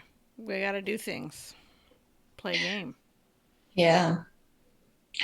So Moisha just told their story of like how they got their wings. Zeta wings. Throw in that Lover probably introduced Moisture and Z to each other. I saw that in the chat, and I was thinking, because I think when I really met you was I already knew you for a long time at that point. Right. But my recollection, I think, was like when I lost Z. But I like the idea that like you were there entirely, but I was completely oblivious to it when I met Z in the first place. So I felt like I thought we had known each other for centuries, even. I think so, but I think Moisha has a little bit of What's the word for when you forget things? No. Yeah. Right. Oh, that was great. Thank you. But yeah, so maybe before time. Yeah. Or Lover's just still on the blanket, yeah. curled up in their wings. Because I feel like if I knew you from the beginning, that story I just told Alex might have been a little bit different. Like maybe you would have intervened sooner, or yeah. Time is, things always happen at the right time. Right. Or maybe you appeared differently to me at that time, and I never put 2 and 2 together. Yeah. Oh, good point.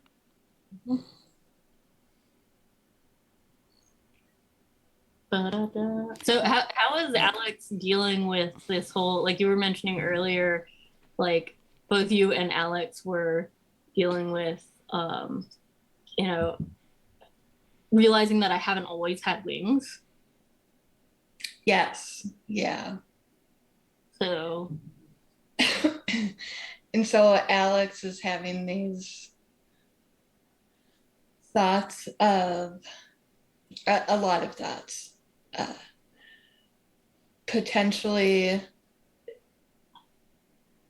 they could legitimately be an angel if angels can get their wings at some point.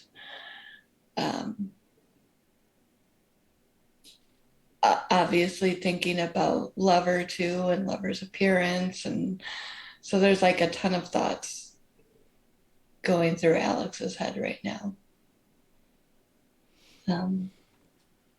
I think I might be recognizing this like thought dizziness that's going on in your head, and but I think it's a great thing, and so I'm just gonna basically gonna turn this into a angel coming out session.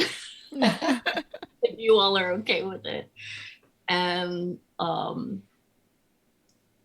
so I'm gonna Wheels, what are you up to at this moment? I feel like Wheels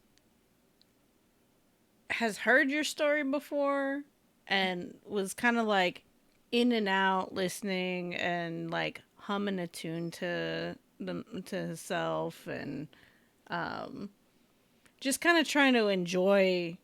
We've been in a truck for a long time, just enjoying being outside and in the trees in the near the pond.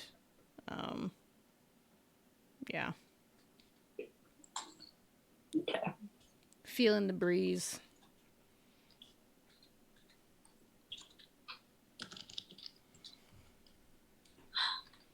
So I think that Moisha, and unfortunately I don't know the tune that well, but to specifically like pull you back in, I will start singing Angel of Music from Phantom.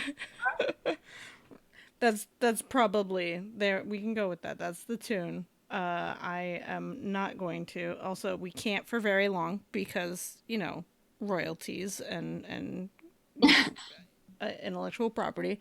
Don't worry, we're not singing that well. But yeah. Mm-hmm. I mean, that seems like a Wheels soundtrack right there. Where in the world have you been hiding? Rock opera. Mm-hmm. Mm-hmm. Perfect. I only wish I knew your secret. Mm-hmm. Mm-hmm.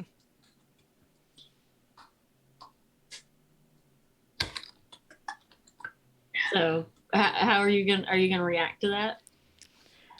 Just kind of side eye and continue humming and singing, just looking at you.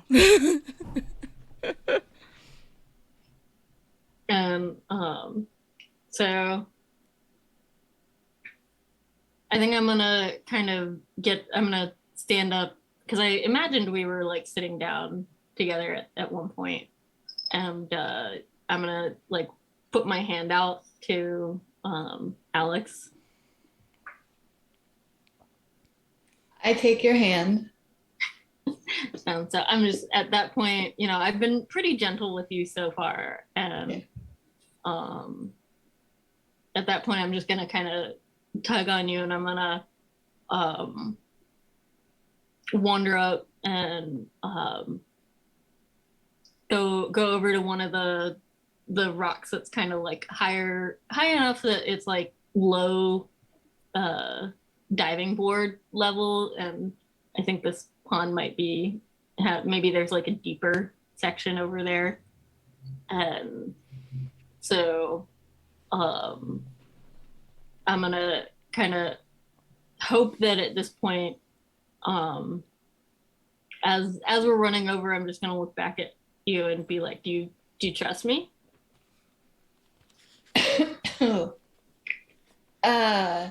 There's so much going on in Alex's head that they're just like, yeah, and just kind of going with it.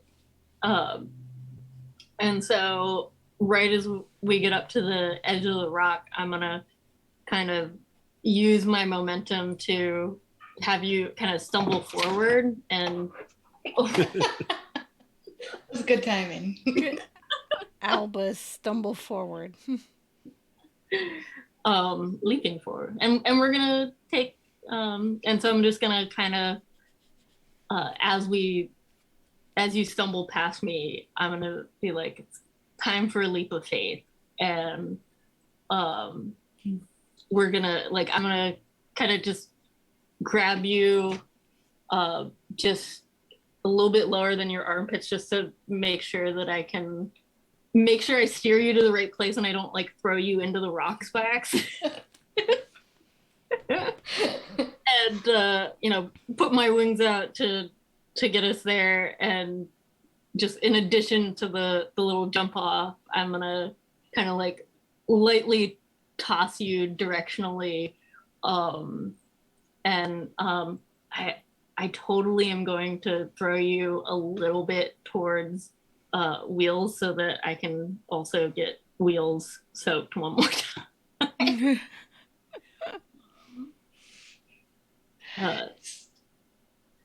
So as you like, Mm-hmm. as we separate, I am aware that you're no longer holding on to me and I'm in the air and it feels different. It feels like almost like a glide. And then there's a splash. There's, you know, the big splash and I'm in the water.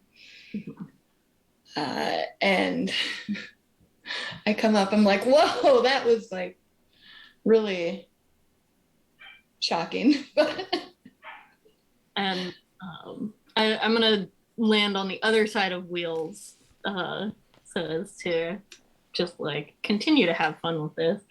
And when I kind of shake off and wipe some water off my face, I'm gonna turn to Wheels and be like, how about you share a little bit about how you got your wings?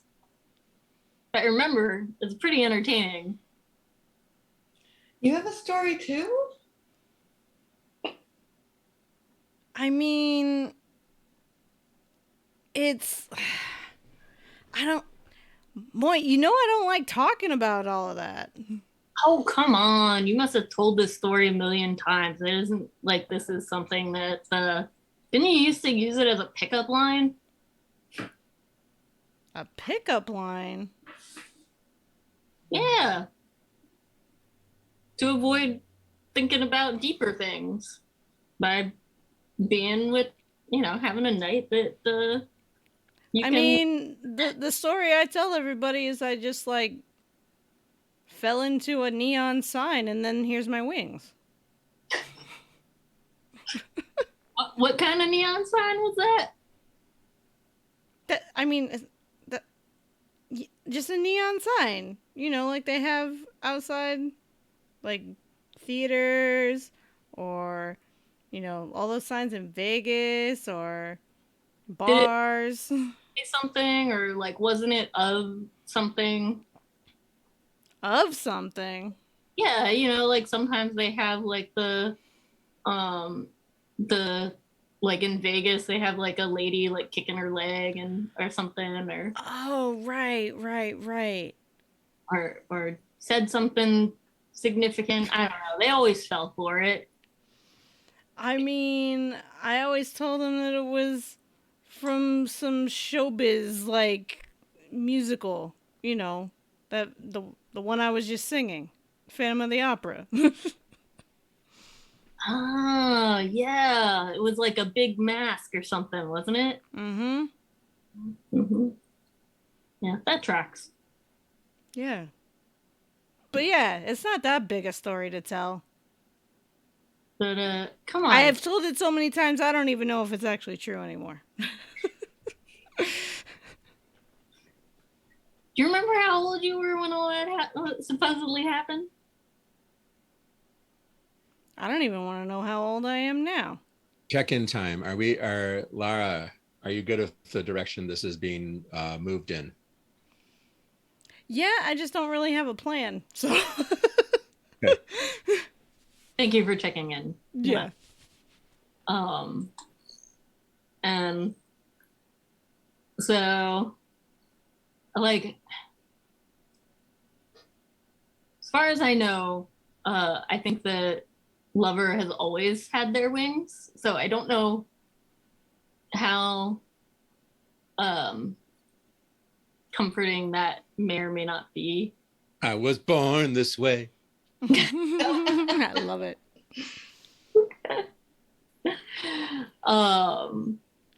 And so I think I'm gonna sigh and kind of shake my head and be like, uh, what happened to the Robin to my Batman?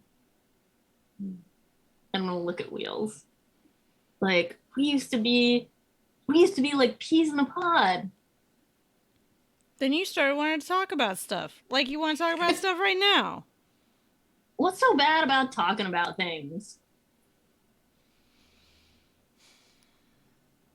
Because then you have to think about things. And then Wheels is going to. What move am I going to use?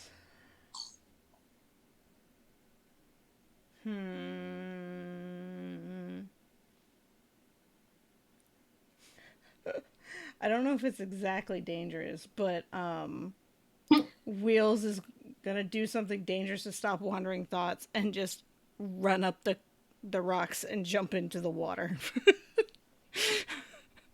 Maybe you go up a little bit higher in a place we haven't tried. Yeah. So I guess your water splashes up, and I do one of these, and Yeah. I'm just like trying to get my hair back in place, and I'm like, Wheels, and I just kind of like mutter under my breath, and then I'm gonna just kind of look at Alex and be like, maybe it wouldn't be so bad. Maybe it's worth letting Lover know what's been going on, since this one doesn't seem to be in a very helpful space right now. When is Wheels ever helpful? Alex nods and kind of looks over towards Lover's way. Are you still like sunning? I am curled up, fetal position, half wrapped in my wings, looking like a little baby angel.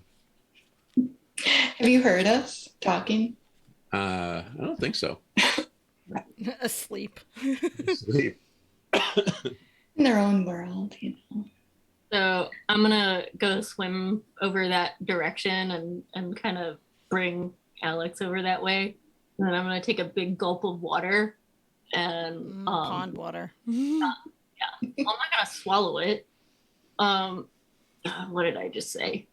I'm gonna like fountain it and just like barely reach Lover's like feet with the little sprinkle of pond water.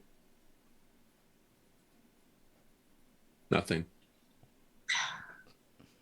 So I'm gonna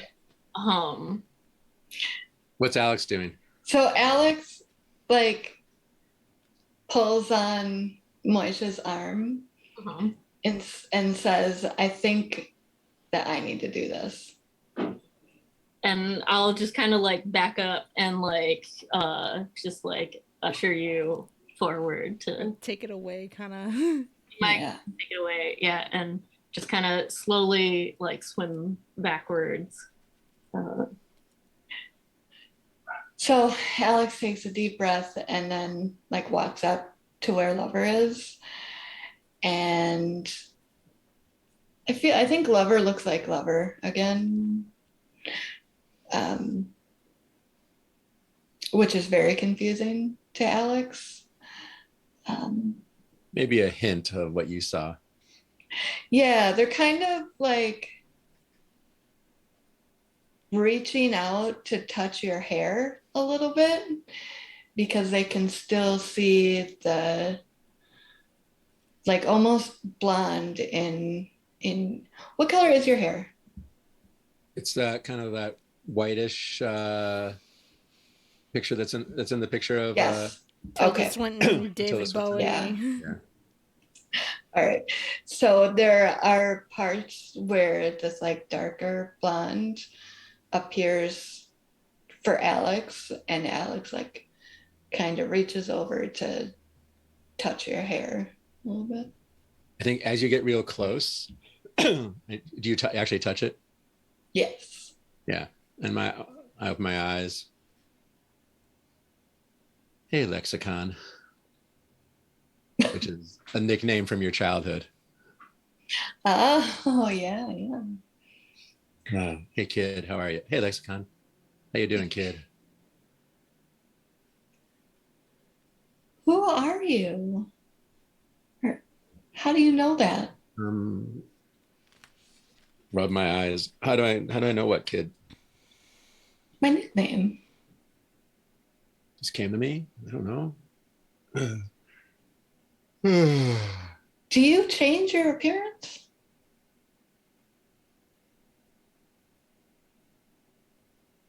how would I respond to that question? People see me in lots of ways that feels right for them, I guess.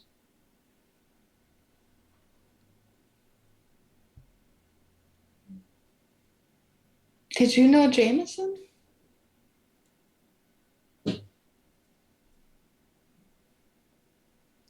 Did we cross paths before? Huh. Do I know who you are? I was thinking I don't know who you are. I've known. Memory gets fuzzy, kid. You have lived a Been few alive years. a long time.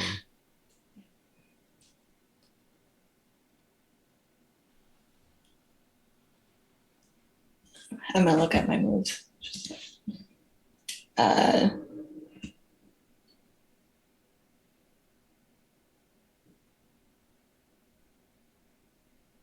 okay, so this is just a regular move. Let someone see you at your most vulnerable.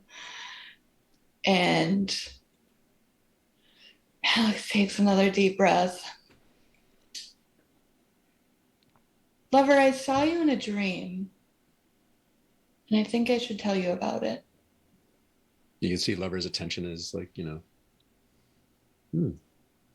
sits up. Alex like sits kind of in front of Lover, and so we're on the same level. And is looking like thinking of the dream and thinking of how. I reassure you with a gesture of intimacy by my wing kind of just like rests on your shoulder there for a second. Oh, that's cute.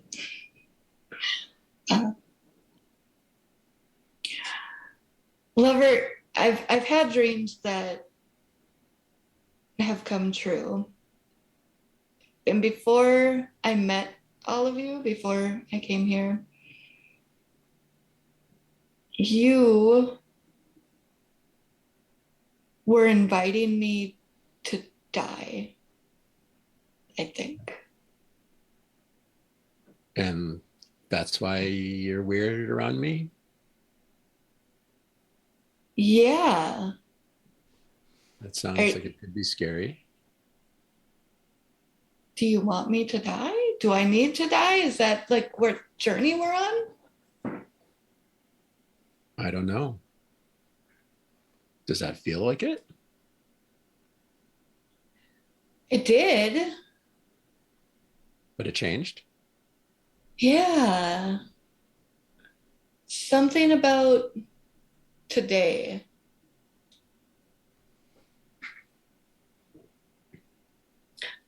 It's like I saw my friend. It's like I experienced love. And it was a good thing. And I think it came from you. And so then I don't know how love and death are connected.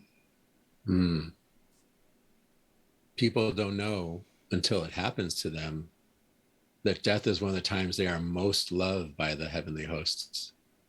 Mm-hmm.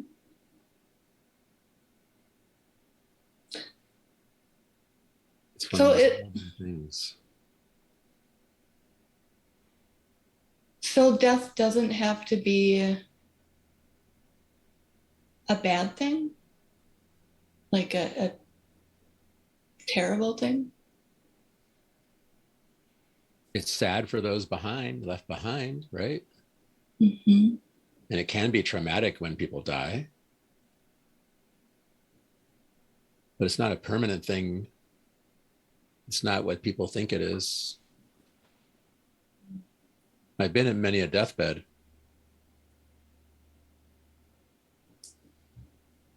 Some wheels are turning. Yeah. So when you say that,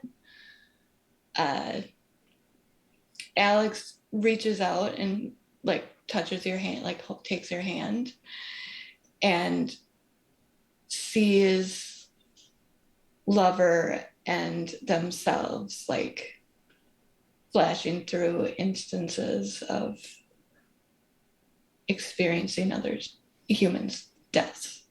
I see it too.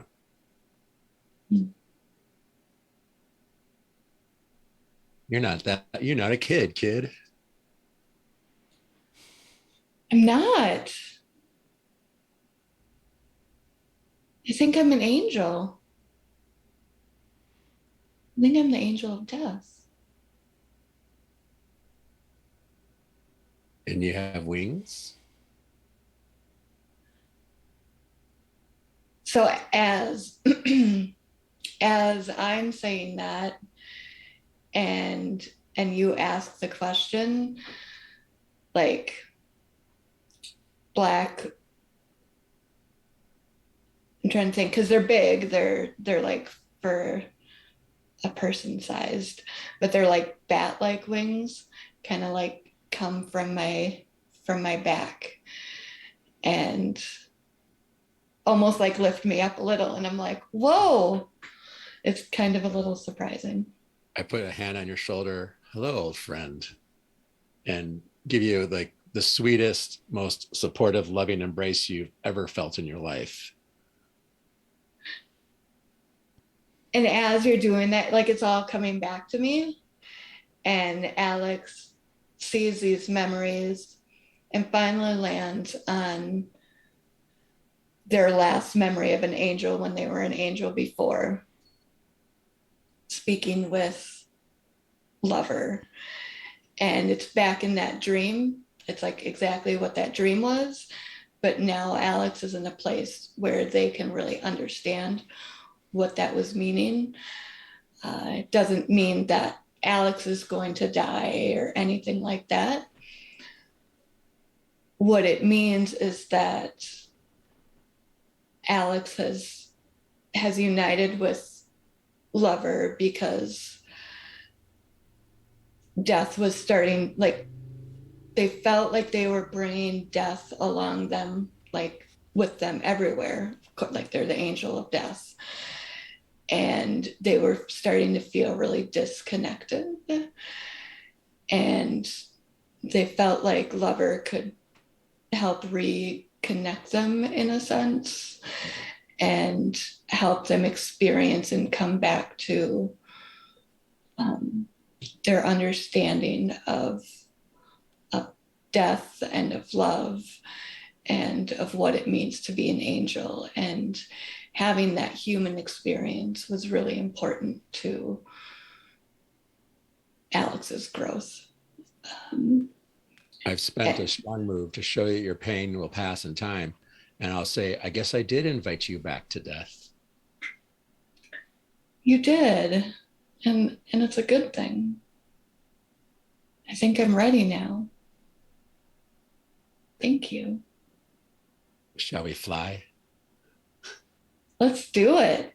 Alex like wants to think of these like amazing words for Lover, but can't think of how to describe the impact of love and Lover on them. I just take your hands as we soar up into the air. Yay. And I'm flying, I'm just flying with and smiling and like letting all of the feelings in. I wanted to take a rare moment of not interrupting before and good job. But I did want to add some comedic moments I thought of while we're having this beautiful, sincere, and lovely moment where I think that, you know, as much as Moyne like knew something was gonna happen, I don't think Moy expected quite so much. And like such, like big beautiful wings to come out, and So I think that Moy was probably continuing to harass Wheels in a loving manner. Of course. With, like, you know, doing that thing with your hand in the water and like Squirting water.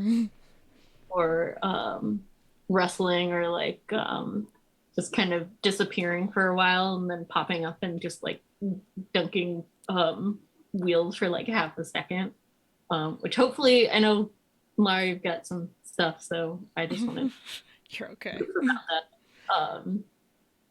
And but I was trying to think of like I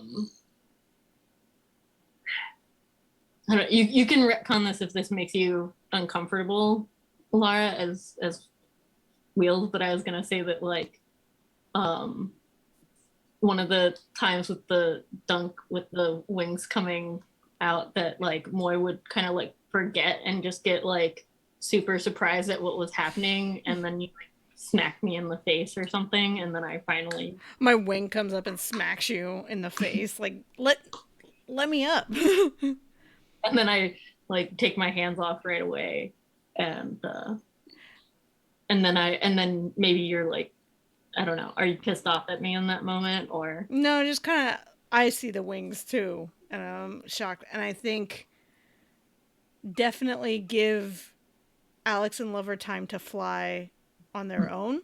But at some point, Wheels is going to pick up Moy and come up out of the water and fly up to join them.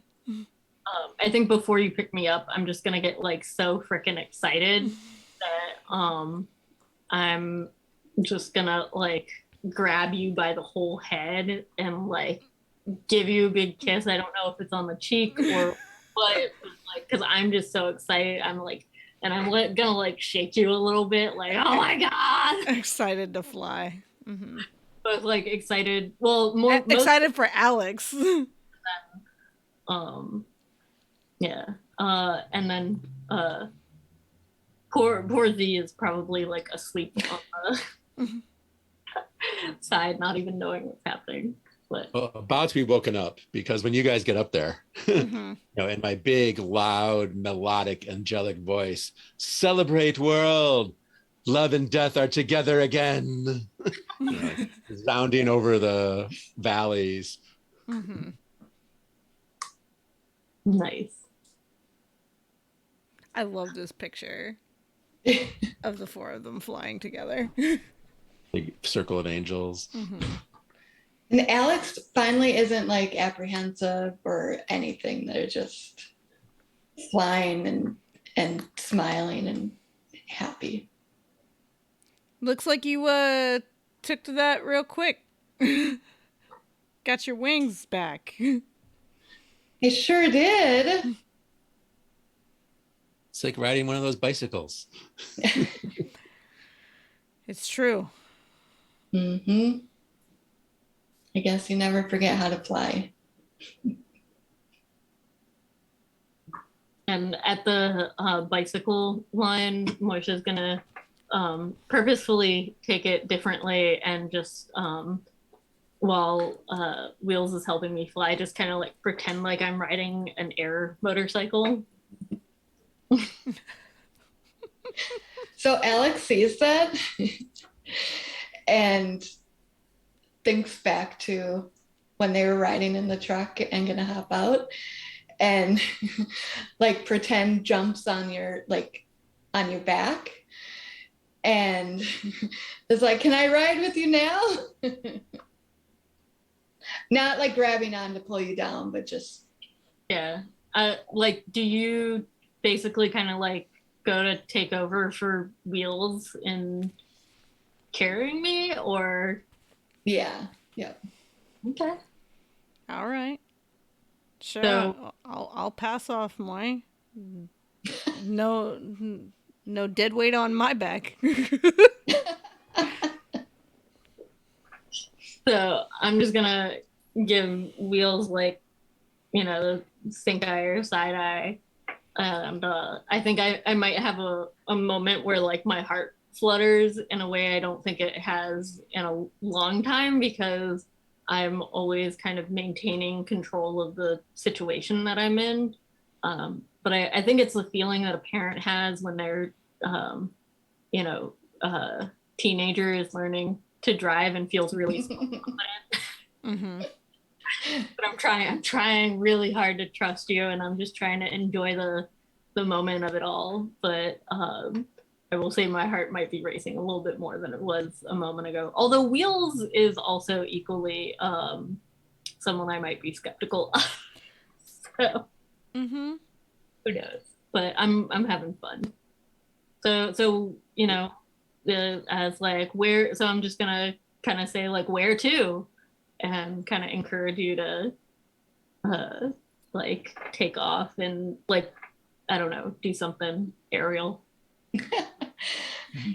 Well, don't worry. So before I take off, I called you. Don't worry, I'm not bringing you to your death.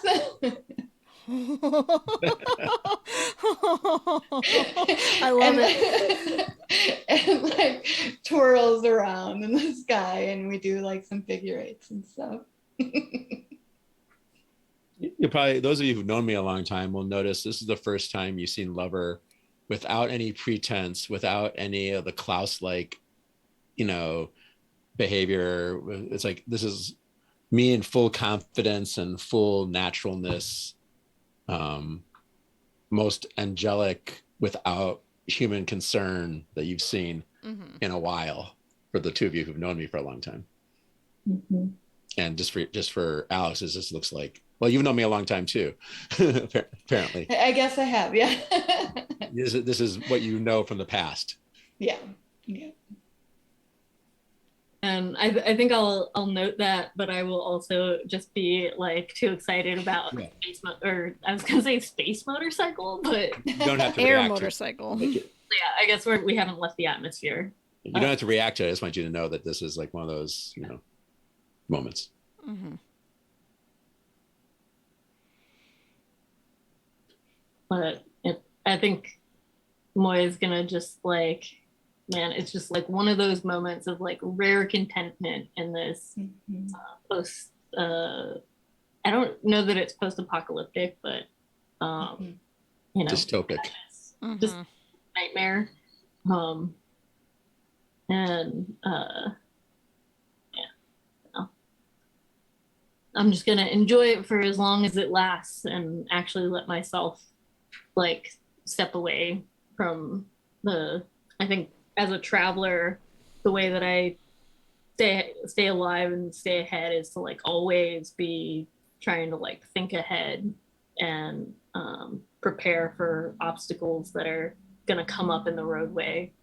Are we close to wrapping up, do we think? Is this like a good place to kind of wind down without any other? It's either a good place for it to wind down or us to get some trouble. I mean, I thought I thought of a cliffhanger trouble. Mm-hmm. If I have one idea, I don't know if anyone else had ideas. I don't have any trouble. Go for it. Yeah. All right. I think I'll go with it. If you guys don't like it, we can always exit out. Exactly. Yeah. Exactly. From up in the sky, we hear an explosion from the side of the road where the pickup truck was parked. Oh no. Oh no. Oh, is your bike there too? Yeah, Close to. Yeah. I mean, do we want to lose the truck, or do we want to have something else be a cliffhanger? I mean, it's hard to be on the road if you don't have a vehicle. Yeah, but also but we can all fly now. Yeah. And accumulate vehicles. Hopefully, I still have my motorcycle. At least, you know, Z and I have our clipped wings, so I'm okay with that because I'm okay with it. I had thought I had no idea where the tire thing was gonna go, and then there's a spare tire. So now I like it. It's something. We'll figure out what to do next time. Yeah. So next time, I guess the truck explodes. Like, are we? I can't see the time because sunglasses. We're wrapping up early. Well, if we still have like half an hour of debriefing to go, so we will end up Yeah. finishing a little early, probably. Yeah. But it feels like we couldn't start anything new at this point. Yeah. So I guess we kind of close with the Explosion. do we want to share like our initial? I mean, I already shared my initial reaction. I mean, share explosion. We all look with whatever expression on our face. Credits roll. Yeah. Mm-hmm. I Yeah. think mostly it's like shock, right, on Yeah. our faces. My clothes. Oh no. At Maybe least I've death got is my coming. drumsticks. And Yeah. you've still got your hairbrush. That's right. I'll make a side comment that we can repeat for next time. That's like, you never really liked your clothes anyways, and I'll kind of give you a big wink, lover. They did all fine. I imagine there'll be scattered pieces that won't actually match. I'm loving it. Cool. Okay. All right. You can always hitchhike. That's Ooh, true. Another piece of a road trip. Yeah. Mm-hmm. Yeah, we still have to, and we haven't really done a supplies situation so much. And why did Yeah. the truck explode? Mm-hmm. To think about that for next time. Is Z okay? Z was with us. And so, Oh, okay. Good. yeah. So, yeah. We'll have All to right. next time. Yeah, if Z is fully okay, or if something happened to Z when the truck exploded. Or did Z blow up the truck? Oh, yeah. Well, I'm assuming Z was with us by the pond because By the pond, yeah. Nina yeah. had mentioned that Z is like resting by the pond. Leave it suspenseful. All right. All right. Are we ready for our Brief. The chicken out. Debrief. Debrief. chicken out? La la la la la la la. Debrief. Debrief. Chicken you out.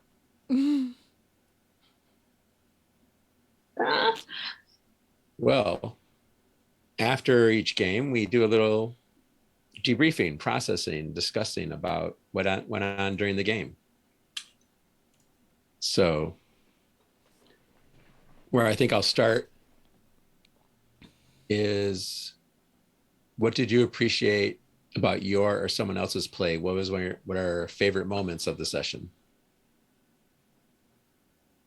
And I'll get the order back up. I believe, Nina, you're first.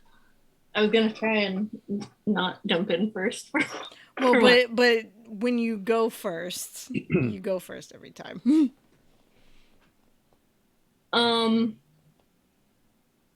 While I really enjoyed so much of what was going on with Mary or Maggie and your play of Alex, I wanted to do kind of a shout out for a lot of the playfulness and that Lara's character was doing as Wheels, and you know,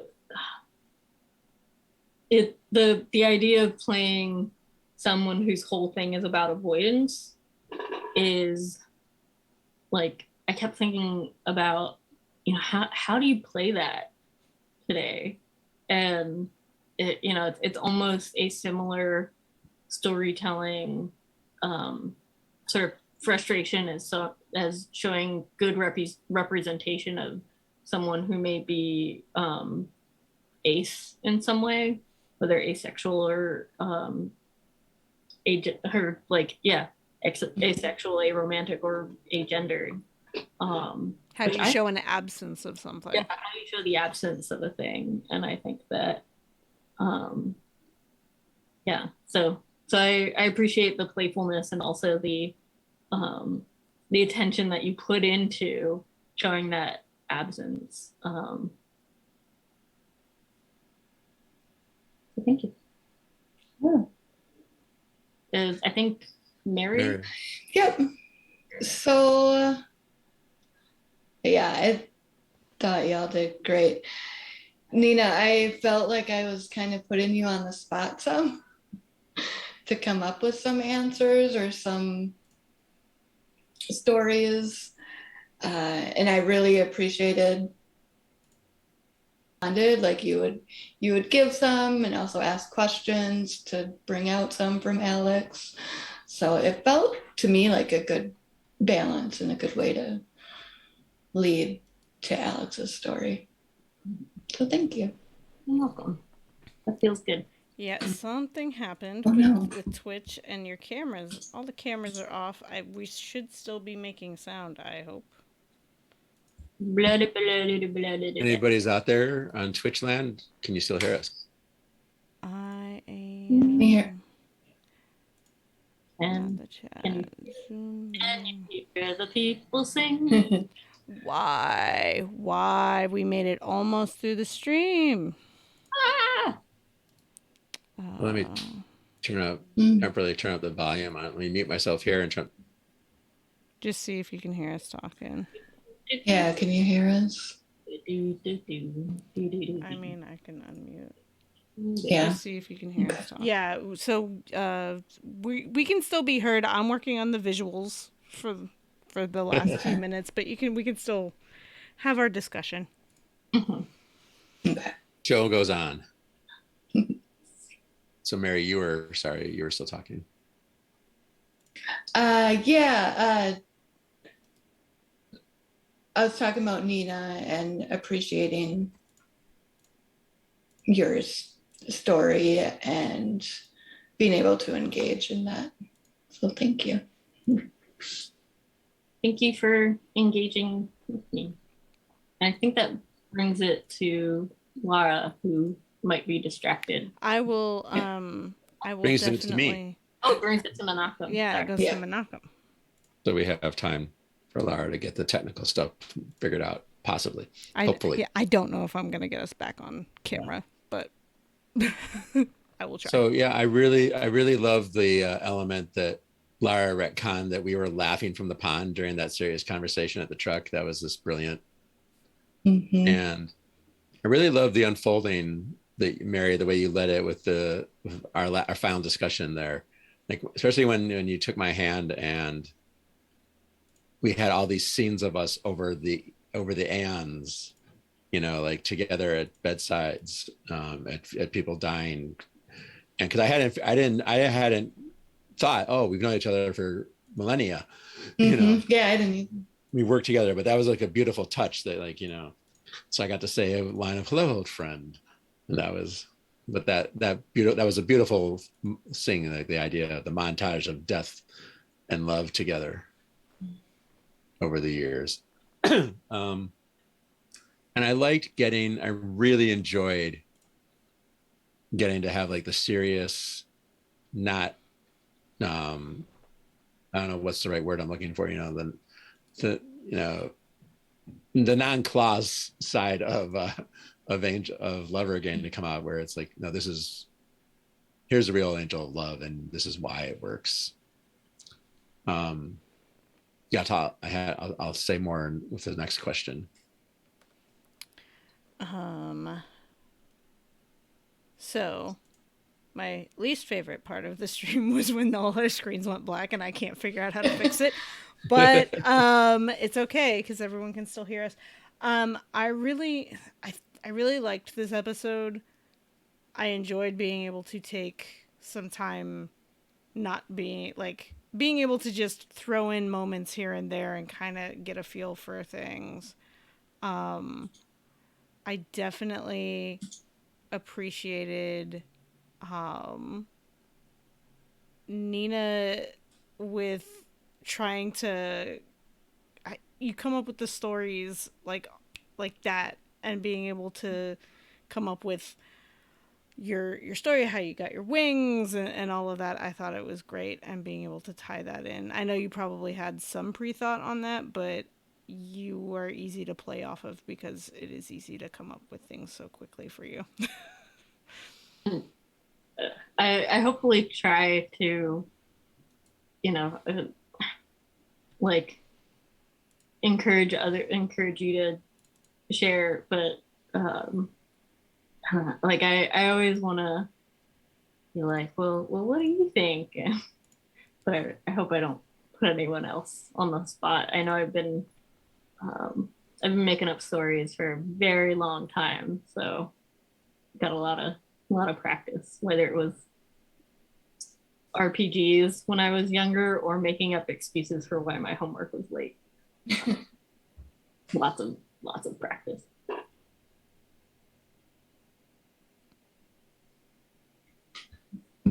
All right. So my second question is kind of half formed because I was thinking about this episode during the break and knowing what was coming up. There was a lot of coming out and origin story kind of talk today, and seeing people for their true selves and who they are. So I haven't formed a question about it, but can we talk about these ideas? And, the big one was, Alex's, reawakening and whatnot. So in general, how do you feel about that? What was it like for you? What were your thoughts about that process? For each of us. I think, do you mind if I also offer maybe a more specific version of that? Sure. The way you were talking about it, not that this is exactly what you meant, it just made me think of, how does the sort of like coming out or origin story for the Wings relate or not relate to your personal experience? Or how does it relate or not relate to a lot of the narratives that we get about your people in coming out? Because it made me think about how, like, for ages, all we got was like queers being sad and dying, and then all we got were coming out stories. And then now, much of what we're getting is a lot of like happy queer stories, because many of us who are older and writing want the happy stories that we didn't get. And now the younger kids are like, why does it always have to be happy? Like, I want it to be sad sometimes too. So it just made me think about, like, the coming out story has a space in our queer narratives, and how has that changed or changing? So I've asked like 50 questions at this point. But hopefully one of them is good for anyone else if they want. For me, it was interesting because when I was trying to picture my coming out story with my Wings, it both did and didn't relate to the my coming out story. Like, I actually did picture the house of my first girlfriend where we spent a lot of time together. And she'd have a big brick chimney on one side. But, her mom, her parents were divorced, and her mom didn't really care about us being together or not. She was just like, can I walk into a room without walking into you guys kissing or something? That was her annoyance, was we just liked making out a lot and kept thinking we were being very clever, and we were not. And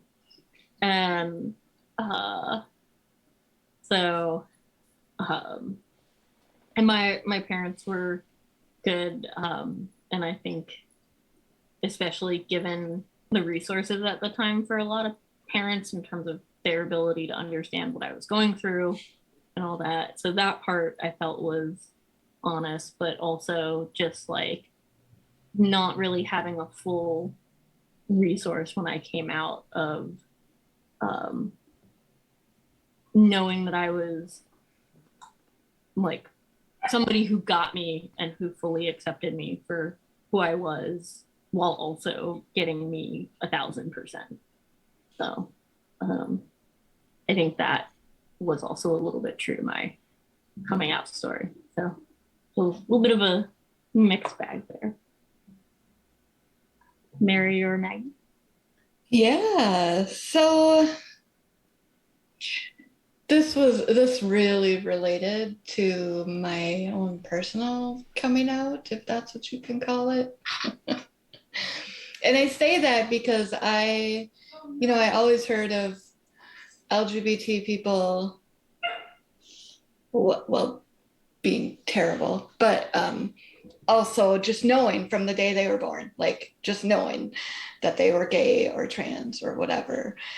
And that was not my experience. And so I felt like I didn't have a legitimate queer experience, and so I must not be. And then so I was also trying to balance, like, still trying to be Christian at that time. And that's why it was important for me to play Alex as like not knowing and not being sure. Because if I were to, look back at my adolescent self, I would say it's okay. Like, it's okay to like not have awareness or know your sexuality for sure when you're 15 years old. And it'll come, like your time will come, and you'll get to know yourself, and sexuality and gender and all of that is very fluid anyways. And so for me, it was like kind of having that process happen in a really like beautiful way with the wings and everything. But very much reflective of my own experience. Just trying to think. Sorry, my dog is distracting me. And if you can hear him, he is a 13-week-old puppy and really excited for food. Puppy. Yes, yeah. And yeah, I feel like there's like so much to say, because this is so wrapped into my own identity, like both as queer and as a sick person. It was weird to describe myself as that, but just someone who, like, we always just thought I was gonna die. And so I felt like I carried death with me everywhere and didn't want to get close to people. And it was interestingly related to my like sexuality, because if I was with a guy, it was like, okay, like I didn't have to like fully be in it. And so I think there was something that reminded me of that with Alex when Alex was talking to Moisha. Yeah, because you had said like even with death, it's okay to love. You didn't say that part, but that's what I got out of what you said. And yes, exactly. And so for a long time, I didn't want to get close to people, and I didn't have to when I was with a guy. And it wasn't in an intentional way at all. I didn't know I was doing it necessarily, but it was really scary then to start being with people who I really had feelings for once I actually knew what that felt like. So yeah, tons of thinking and relating for me.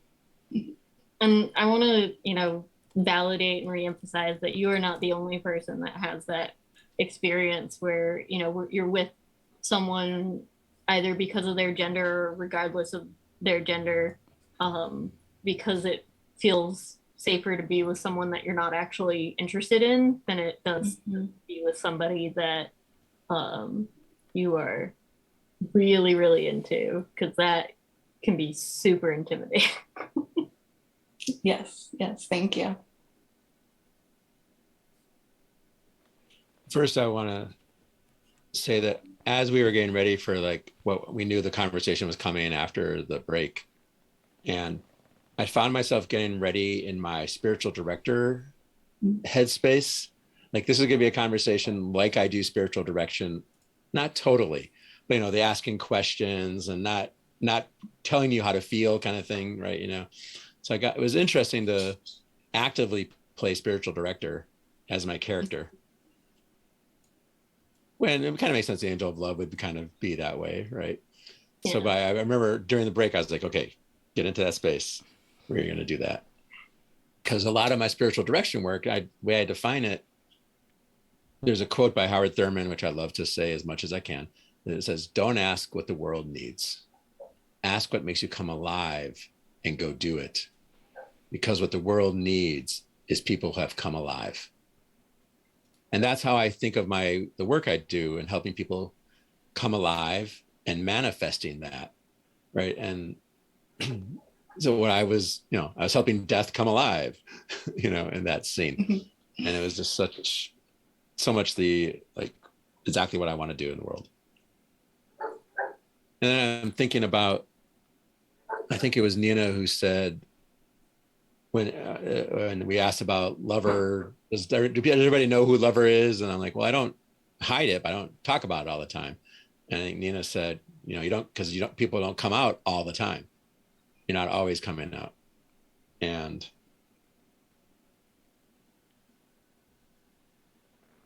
I mean, I think we've had conversations about how exhausting that can be.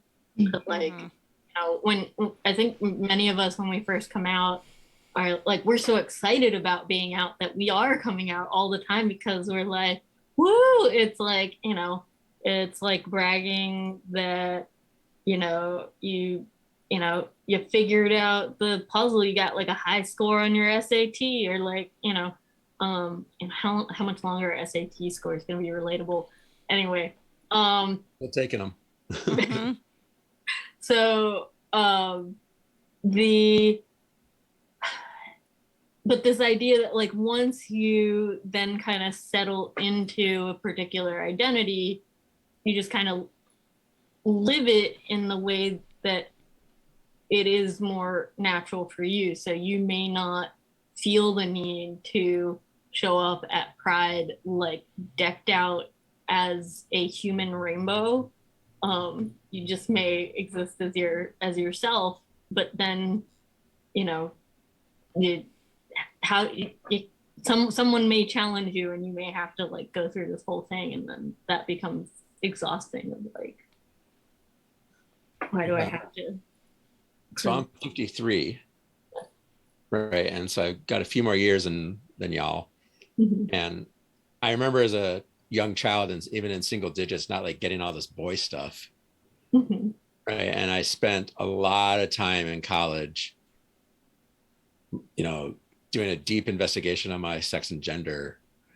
Right. And, writing pages in my journals about, am I a woman? And just asking, am I a woman? Am I a man? Where am I?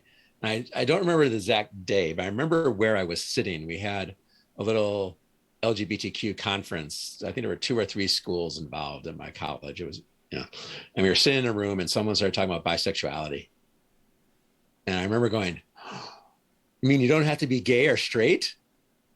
There's a whole other spectrum. I mean, I knew it. I knew it, but I didn't know it. And I remember being really celebratory and putting, pins up, wearing pins and putting stuff on my bulletin board at work. My first job in Minnesota, I worked at Little Brothers Friends of the Elderly, and marching in pride parades.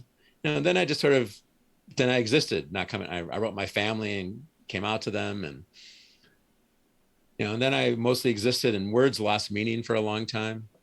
It's like, I don't need the words, I just need to be, right? So not always coming out. But then, look at me now, right? I'm wearing a rainbow. I don't know how much you can see. You can't see it. Just a little bit of it. I'm enjoying it. I'm wearing a rainbow lightsaber shirt, with, as a pride shirt, and I'm sitting in front of, this big pride flag, and I am representing in my bios and everything. So, I go through phases, right? In and out of like, be out and loud, or just be, or, talk about it, don't talk about it, but never hiding it. So I guess in a way I didn't realize that way that Lover is, is someone like me. I'm not hiding it. I don't always talk about it, but sometimes I do get big and loud about it. When I'm streaming, I always have this flag behind me now. I also think this relates to, I had similar experiences. My mom has this memory of me being a kid where like people would say like, "Oh, what a beautiful little girl you have," and I'd be like, "No, I'm a boy." And so, at first that was like, "Oh, I'm like only like 3 or 5 or something, and I already understand how women are treated in this world."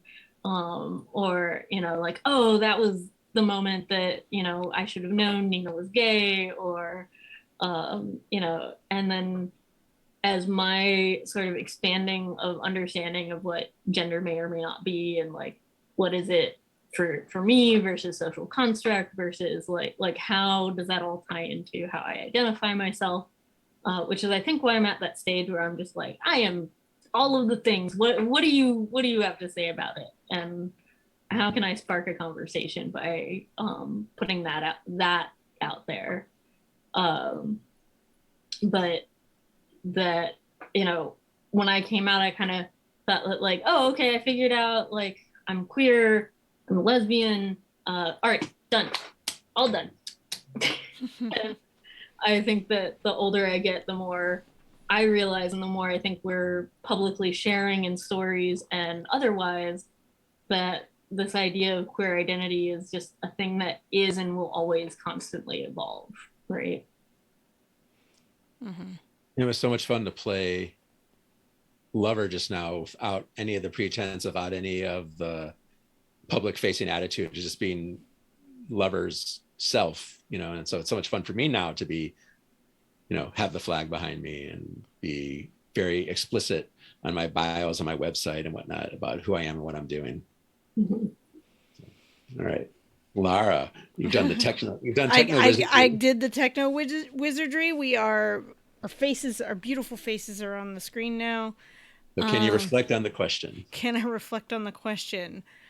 I know the question is vaguely about coming out, relating how character related or not to our personal coming out and all of that. I think it's interesting because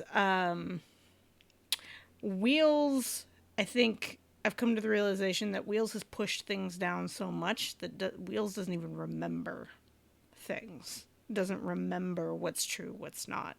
And has, his own stories about things. And so in this like avoidance way, and I don't know if that necessarily relates to like how I have done coming out. I think my experience, I had similar moments. Like I didn't have the I'm a boy instead of a girl, but I definitely, like when I was a kid and I get out of the shower, I would like take my long hair and pull it back and be like, I would look like a boy if I had my hair like that. That kind of thing. I figured out I liked girls, and I called myself bisexual when I was 13, but only with friends. And that was through a conversation, through play, when I was playing Vampire the Masquerade, and realizing that was an option to me. And that, oh, my best friend, that's a crush, that kind of thing. Moving on to adulthood, I came out when I was to my family, well, just to my dad, when I was 19, after I'd cut all my hair off when I was 17. Nobody really still knew I was gay. Apparently, I had friends that when I came out were like, wait, what? Shocks me. But I got the story of how I came out to my dad is a wonderful one. I went to Disneyland to meet my sister, and I was waiting for my shuttle she had already gotten there, and I was waiting for my shuttle to the airport, or from the airport to the hotel. And I called my dad to let him know that I'd gotten there safely. And I get I get his voicemail, and I say, "Hey Dad, I made it down to LA, okay? And just so you know how Leah's been staying over a lot? we're kind of dating. Okay, bye. So I am pretty avoidant, much like Wheels. And he and I didn't talk till the next day. The next day he sends me I get a voicemail from him and he's like, I just wanted to let you know I got your voicemail.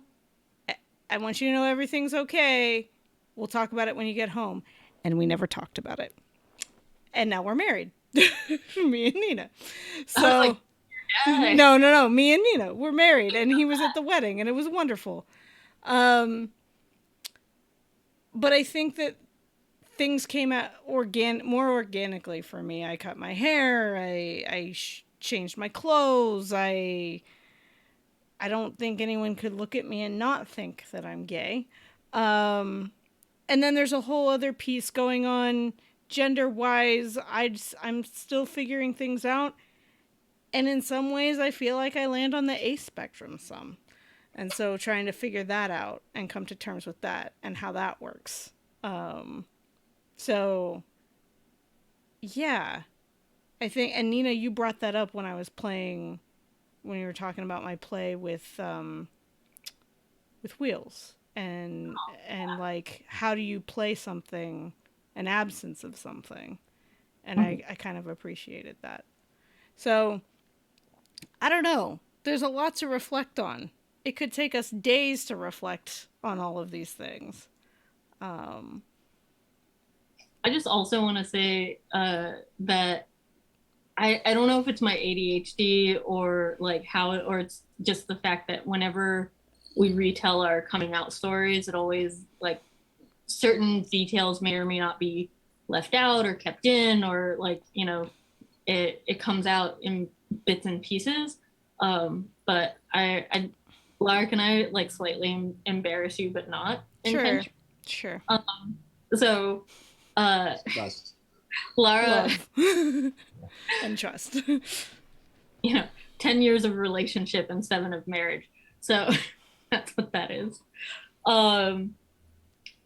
So a lot of times we talk about how you didn't come out and really date women until much later in life than I did, because like all of a sudden, like around, you know, 16, something just like clicked in me and I just went like full steam ahead gay town, and never looked back. And so I never had that like, maybe I'm bi like moment. It was just like nothing, and then girls. So, you know, female identifying individuals and non-binary individuals now, but I did not know such things existed back then, and such glorious identities. And just now in your telling of your coming out story was, I think, the first time that Did I leave out that I dated guys? Well, no, you did not leave that out, because yeah, you've had some interesting stories around dating guys previously, but another time. What I was gonna say was, I don't think I realized you were 13 when you started identifying as bi, even amongst your friends. And so now I'm like, now wait a second. You've been identifying as queer longer in your life than I have. Yes, but I only dated boys until I was 19. Mm-hmm. So. But dating boys doesn't make you not bi. I know. Don't bi erasure yourself. But I honestly, I'm not attracted to any of the boys I dated. I dated emotionally unavailable, long distance, was never going to work because I was holding on to that bisexual piece to keep myself from thinking I was gay. And there's the flip side of things, right? There's the bi erasure, and then there's the use we have of it as homosexual people to mitigate that. Right, because for me it was like, I'm not gay, I'm not straight, and finding bi was like home. Mm-hmm. And for me it was a step along the way to home. So yeah, I really appreciate that this has brought out so many things about also relationships in general. Like that Lara's experience with like dating people who are unavailable because of the, not necessarily wanting to identify as like, I guess, I don't know, I hate saying like fully gay or like, I don't know, full throttle gay. I think gay means right, attracted to one kind. Well, not one kind only, but Yeah. Right. I was dipping my toes in, right? Like it was a way of like I was attracted to these people, I was attracted to women, but the ones that were acceptable for me were boys. So I dated boys to date somebody, and they were like literally online cross country relationships for the most part.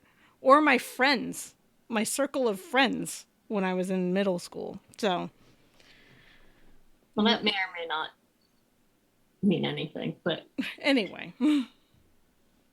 like these ideas about relationships and, dating people who are unavailable to protect ourselves from experiencing the intensity that can be like real love. I think one of the that is so frustrating to me on a grander storytelling scale is how much I feel like love is misrepresented as lust or manipulation, or specifically sexuality, or like sexual, as in like sexualness, degree of sexiness.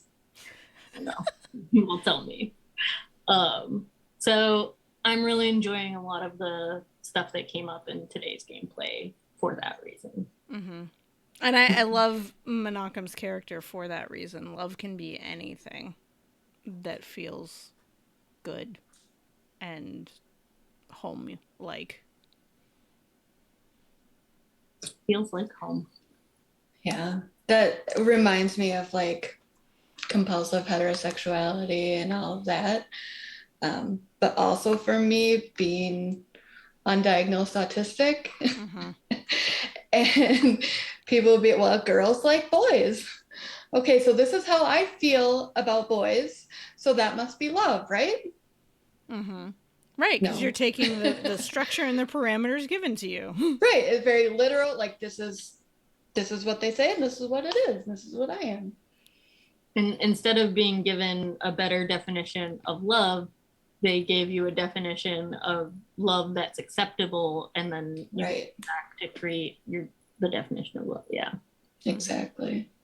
Interesting how we put things together based on the order in which we encounter certain things. Yeah. You look very I'm just thoughtful. really thinking it's so amazing that you found healthy love after thinking that love was this thing I don't really care for these people, but I'm supposed to. So that's what love is. Right. Yeah, like this must be what it feels like. And yes, yep. It was quite a journey. I'm so happy you found it.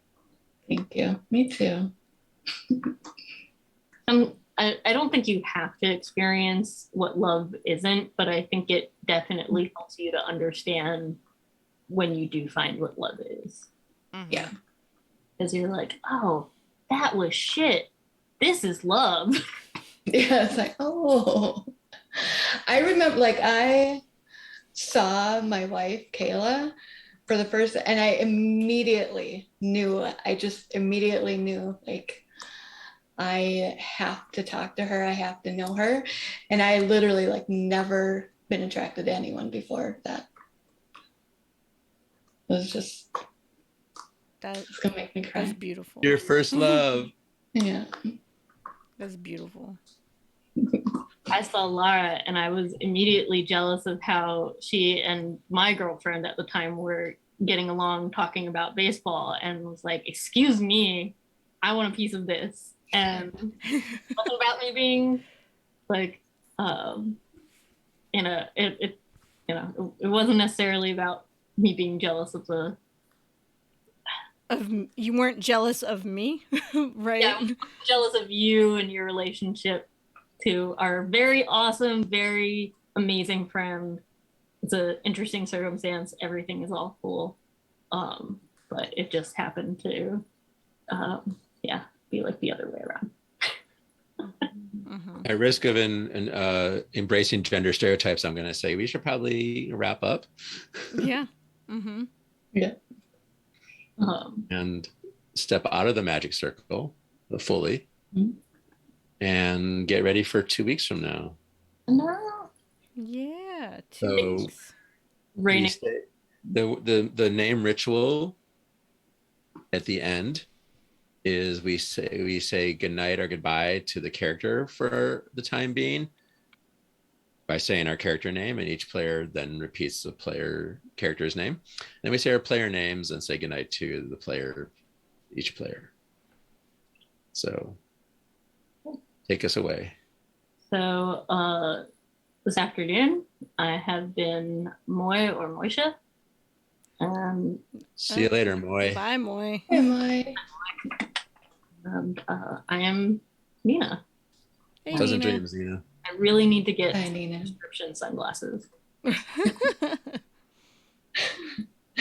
All right.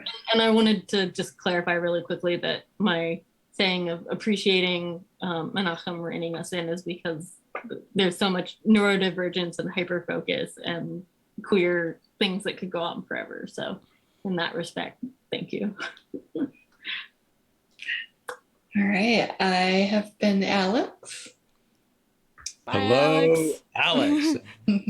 So glad to see you now, and see you later. Yes. Yeah. And I am Mary or Maggie. Hey, Bye, Mary. Mary. Hey, Mary, Maggie. I have been Leva. Later. See ya, love. lover. See you, lover. And I am Menachem. Ew, Menachem. Bye, Good Menachem. night, Menachem. And I have been Wheels today. Wheels keep on turning. See you next time, Wheels. And I am Lara. Good night. Pleasant dreams, Lara. Hi, Laura. See you in a few minutes. Yeah. And everybody else out there who's watching Bye, everyone live or else. recording, Thank you. sayonara. Thanks for tuning in. Bye-bye. Blessings. Until love. next time, in 2 weeks.